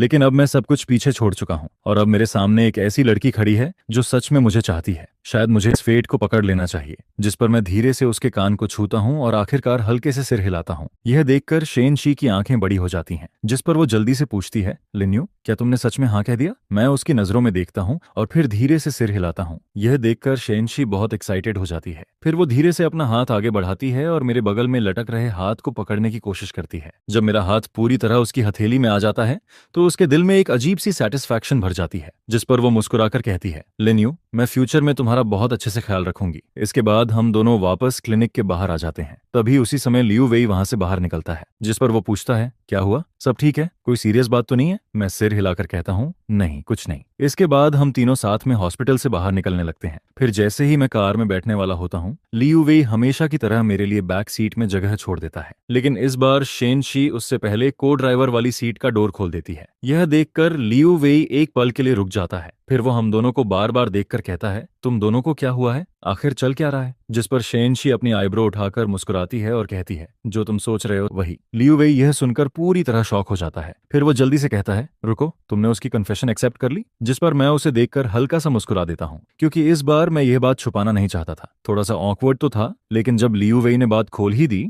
तो उसने भी थोड़ा सा मान लिया। हाँ, उसे ऐसे माना जा सकता है जैसे उसने आखिरकार बादलों के पीछे से चांद देख लिया हो। चैन, क्लासमेट चैन, तुम्हारी सारी विशेष सच हो गईं। अब क्या हमें खाना खिलाने का टाइम नहीं आ गया? ठीक है, बताओ कहाँ चलना है? अभी चलते हैं। सिर्फ मुझे बुलाने से काम नहीं चलेगा, हमारे डॉर्मेटरी वालों को भी बुलाना पड़ेगा। कोई प्रॉब्लम नहीं, हमारे डॉर्मेटरी वालों को भी बुला लो, सब साथ में चलकर अच्छा खाना खाते हैं। क्लासमेट चेन सच में बहुत जनरस है। जिस पर शेनशी रियर व्यू मिरर के जरिए मेरी तरफ देखती है। हमारी नजरें मिलती हैं और हम दोनों हल्का सा मुस्कुरा देते हैं। आधे घंटे बाद चिंगबेई के पास वाले एक स्टेट रन होटल में दोनों डॉर्मेटरी के सारे लोग आ चुके होते हैं। सिस्टर, आज क्या अच्छी बात है, अचानक से सबको खाना क्यों खिला रही हो? ऑफ कोर्स, हमारी क्लासमेट चेन के पास अनाउंस करने के लिए कुछ गुड न्यूज है। कौन सी गुड न्यूज, जल्दी बोलो। यह सुनकर सबकी नजरें मुझ पर आ जाती हैं। कई लोगों की नजरों से घिरकर मुझे थोड़ा ऑकवर्ड फील होने लगता है। मेरे कान बिना वजह लाल हो जाते हैं और शेनशी का चेहरा भी थोड़ा लाल हो जाता है। जिस पर टेबल के नीचे उसका हाथ आगे आता है, मेरा हाथ पकड़ता है और उसे धीरे से दबाता है। हाँ सिस्टर, आखिरकार तुमने उसे पा ही लिया। कंग्रेट्स लिन्यू, तुम दोनों एकदम परफेक्ट लगते हो। आगे चलकर तुम दोनों की शादी भी जरूर होगी। उस टाइम हमें वेडिंग पार्टी देना मत भूलना। सबकी बातें और विशेष सुनकर मैं हल्का सा मुस्कुराती हूँ, उनकी तरफ सिर हिलाती हूँ और टेबल के नीचे धीरे से शेनशी का हाथ पकड़ लेती हूँ। इसके बाद क्लासेस के अलावा मैं और शेनशी लगभग हर वक्त साथ ही रहते हैं। हमारी इतनी अच्छी बॉन्डिंग हो जाती है कि लियू वेई हमेशा कहता है कि वो अकेला पड़ गया है और उसे बहुत जेलसी हो रही है। मुझे ऐसा फील होता है जैसे मैं आखिरकार उसके साथ हूँ। मेरा मन करता है कि मैं हर वक्त उसके साथ ही रहूं और धीरे धीरे मैं भी अपने अंदर का डर छोड़ने लगती हूँ। कभी कभी सुचिंग मुझे खाने के लिए बाहर बुलाती है और मैं भी मान जाती हूँ, लेकिन पूरे टाइम मैं उसे सिर्फ अपनी सिस्टर की तरह ही ट्रीट करती हूँ और मेरे मन में कोई और फीलिंग नहीं आती। इसी तरह दिन गुजरते रहते हैं और देखते ही देखते ठंडी विंटर आ जाती है। उस दिन मैं व्हाइट पैडेड जैकेट पहनकर लाइब्रेरी जा रही होती हूँ। एग्जाम आने वाले हैं, तुम्हें जल्दी रिव्यू करना चाहिए। तुम तो वैसे भी इतने सीरियस हो, तुम्हें रिव्यू करने की जरूरत ही नहीं है। ज्यादा टायर्ड मत हो जाना। कोई बात नहीं, मैं टायर्ड नहीं हूँ। हम दोनों साइड बाय साइड लाइब्रेरी की तरफ जा रहे होते हैं, तभी रास्ते में हमें लियू वेई और लिन यू मिल जाते हैं, जो अभी अभी स्कूल गेट की तरफ से आए होते हैं। तुम्हारी सिस्टर फिर से आई है? वो अभी स्कूल गेट पर खड़ी है? ठीक है, मुझे पता है। वो फिर से यहाँ क्यों आई है? क्या अब सोल्जर बनने के बाद उसके पास इतना फ्री टाइम है? तुम पहले लाइब्रेरी जाओ, मैं थोड़ी देर में आता हूँ। मैं भी तुम्हारे साथ स्कूल गेट तक चलती हूँ। जब सुचिंग मुझे देखती है तो उसकी आंखों में हल्की सी मुस्कान आ जाती है, लेकिन जैसे ही वो मेरे पास खड़ी लड़की को देखती है, उसके चेहरे की स्माइल थोड़ी कम हो जाती है। सिस्टर, क्या काम था? कुछ दिनों बाद तुम छुट्टियों में घर जाने वाली हो, लेकिन मैं साल के आखिर तक वापस नहीं आ पाऊंगी, इसलिए मैं तुम्हें पहले से बताने आई थी और मैं तुमसे यह भी पूछना चाहती थी कि तुम कब जा रही हो। मैंने तुम्हारे लिए पहले ही टिकट बुक कर लिया है। जरूरत नहीं है, मैं लिन्यू के साथ वापस जाऊंगी और टिकट भी हमने साथ में ही बुक कर लिया है। अच्छा है, तुम दोनों साथ में वापस जाओ, अब मुझे चिंता नहीं होगी। इतना कहने के बाद हमारे बीच कुछ देर के लिए चुप्पी छा जाती है। मैं चलती हूँ, तुम लोग अंदर जाओ। ठीक है, हम लोग चलते हैं, तुम ड्राइव सेफली। इतना कहकर मैं और शेनशी मुड़कर स्कूल गेट के अंदर चले जाते हैं। सुचिंग हमें साइड बाय साइड जाते हुए देखती रहती है। उसके सामने वो लड़की मेरे कान के पास झुकती है और कुछ कहती है, जिसे देखकर मेरे होंठों पर हल्की सी मुस्कान आ जाती है। यह देखकर सुचिंग के दिल में सिर्फ कड़वाहट रह जाती है। अगर उस टाइम उसने अलग फैसला लिया होता तो आज मेरे बगल में खड़ी लड़की शेनशी नहीं बल्कि वो खुद होती। लेकिन अफसोस, दुनिया में ऐसा नहीं होता। एग्जाम खत्म होने के बाद मैं शेनशी के साथ फेंगयांग विलेज वापस आती हूँ, या फिर यूं कहो, लिन के घर के सामने वही सफेद सांताना आकर रुकती है। मैं कार से उतरने ही वाली होती हूँ, तभी शेनशी मेरा हाथ पकड़ लेती है। वो थोड़ा हेजिटेट करती है और फिर कहती है, तुमने कहा था ना मैं भी तुम्हारे साथ अंदर चलूं, अंकल और आंटी से मिलूं, कैसा रहेगा? ठीक है, लेकिन मैं पहले घर वालों को बता देती हूँ, फिर तुम आना। ठीक है। लेकिन इतना कहने के बाद भी वो मेरा हाथ नहीं छोड़ती। मैं कुछ कहने ही वाली होती हूँ, तभी कार के बाहर से मॉम की आवाज आती है, लिन्यू। यह सुनते ही मैं घबरा जाती हूँ। मैं जल्दी से सिर घुमाती हूँ और ऐसा दिखाने लगती हूँ जैसे हम दोनों बस नॉर्मली बैठे थे। फिर मैं पलटकर शेनशी को घूरती हूँ, लेकिन वो पकड़ जाने पर भी बिल्कुल परेशान नहीं होती, बल्कि उसके चेहरे पर वही एक्सप्रेशन होता है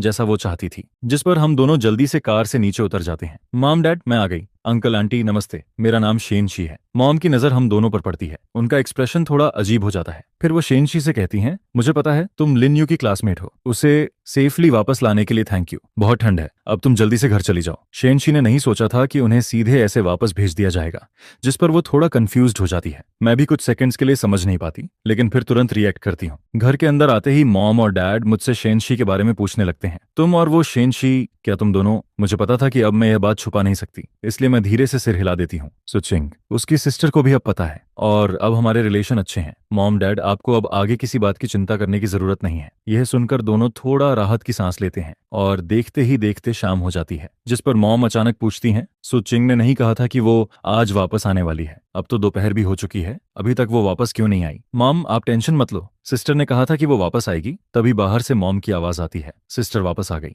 घर के बाहर एक जीप आकर रुकती है और सुचिंग उसमें से नीचे उतरती है। मॉम, लिन्यू, मैं वापस आ गई। अच्छा हुआ तुम आ गई, मुझे डर था कि कहीं तुम न्यू ईयर ईव का डिनर मिस ना कर दो। जिसके बाद हम चारों एक साथ बैठते हैं और खुशी खुशी रियूनियन डिनर खाने लगते हैं। डिनर के दौरान डैड और सुचिंग दोनों थोड़ी वाइन पी लेते हैं, जिस पर कुछ ही देर में दोनों को हल्का नशा होने लगता है। फिर मॉम डैड को सहारा देकर रूम में आराम करने ले जाती हैं। वहीं दूसरी तरफ सुचिंग के चेहरे पर भी हल्का सा नशा दिखाई देने लगता है। वो अपना आधा सिर चेयर पर टिकाकर बैठी रहती है, जिस पर मैं उसे देखकर कहती हूँ, सिस्टर तुम भी ड्रंक हो गई हो। लिन्यू, मैंने तुमसे कभी नहीं पूछा, क्या तुम अब खुश हो? ओह ऑफ कोर्स, मैं अब बहुत खुश हूँ। यह सुनकर वो हल्का सा मुस्कुराती है। फिर वो कहती है, अच्छा है, चलो बाहर चलते हैं, मैंने कुछ फायरवर्क्स खरीदे हैं, चलो उन्हें साथ में जलाते हैं। ठीक है। जिसके बाद मैं फेरी स्टिक हाथ में लेती हूँ और यार्ड में खुशी खुशी उसे घुमाने लगती हूँ। सुचिंग मेरी तरफ देखती रहती है। मेरे चेहरे की ब्राइट स्माइल देखकर उसके दिल में फिर वही पुरानी फीलिंग्स उठने लगती हैं। लेकिन आखिर में वो बस हल्का सा मुस्कुरा देती है, क्योंकि उसके लिए मेरी सिस्टर बनकर मेरे पास खड़े रहना ही शायद सबसे बड़ी चीज थी जो गॉड ने उसे दी थी।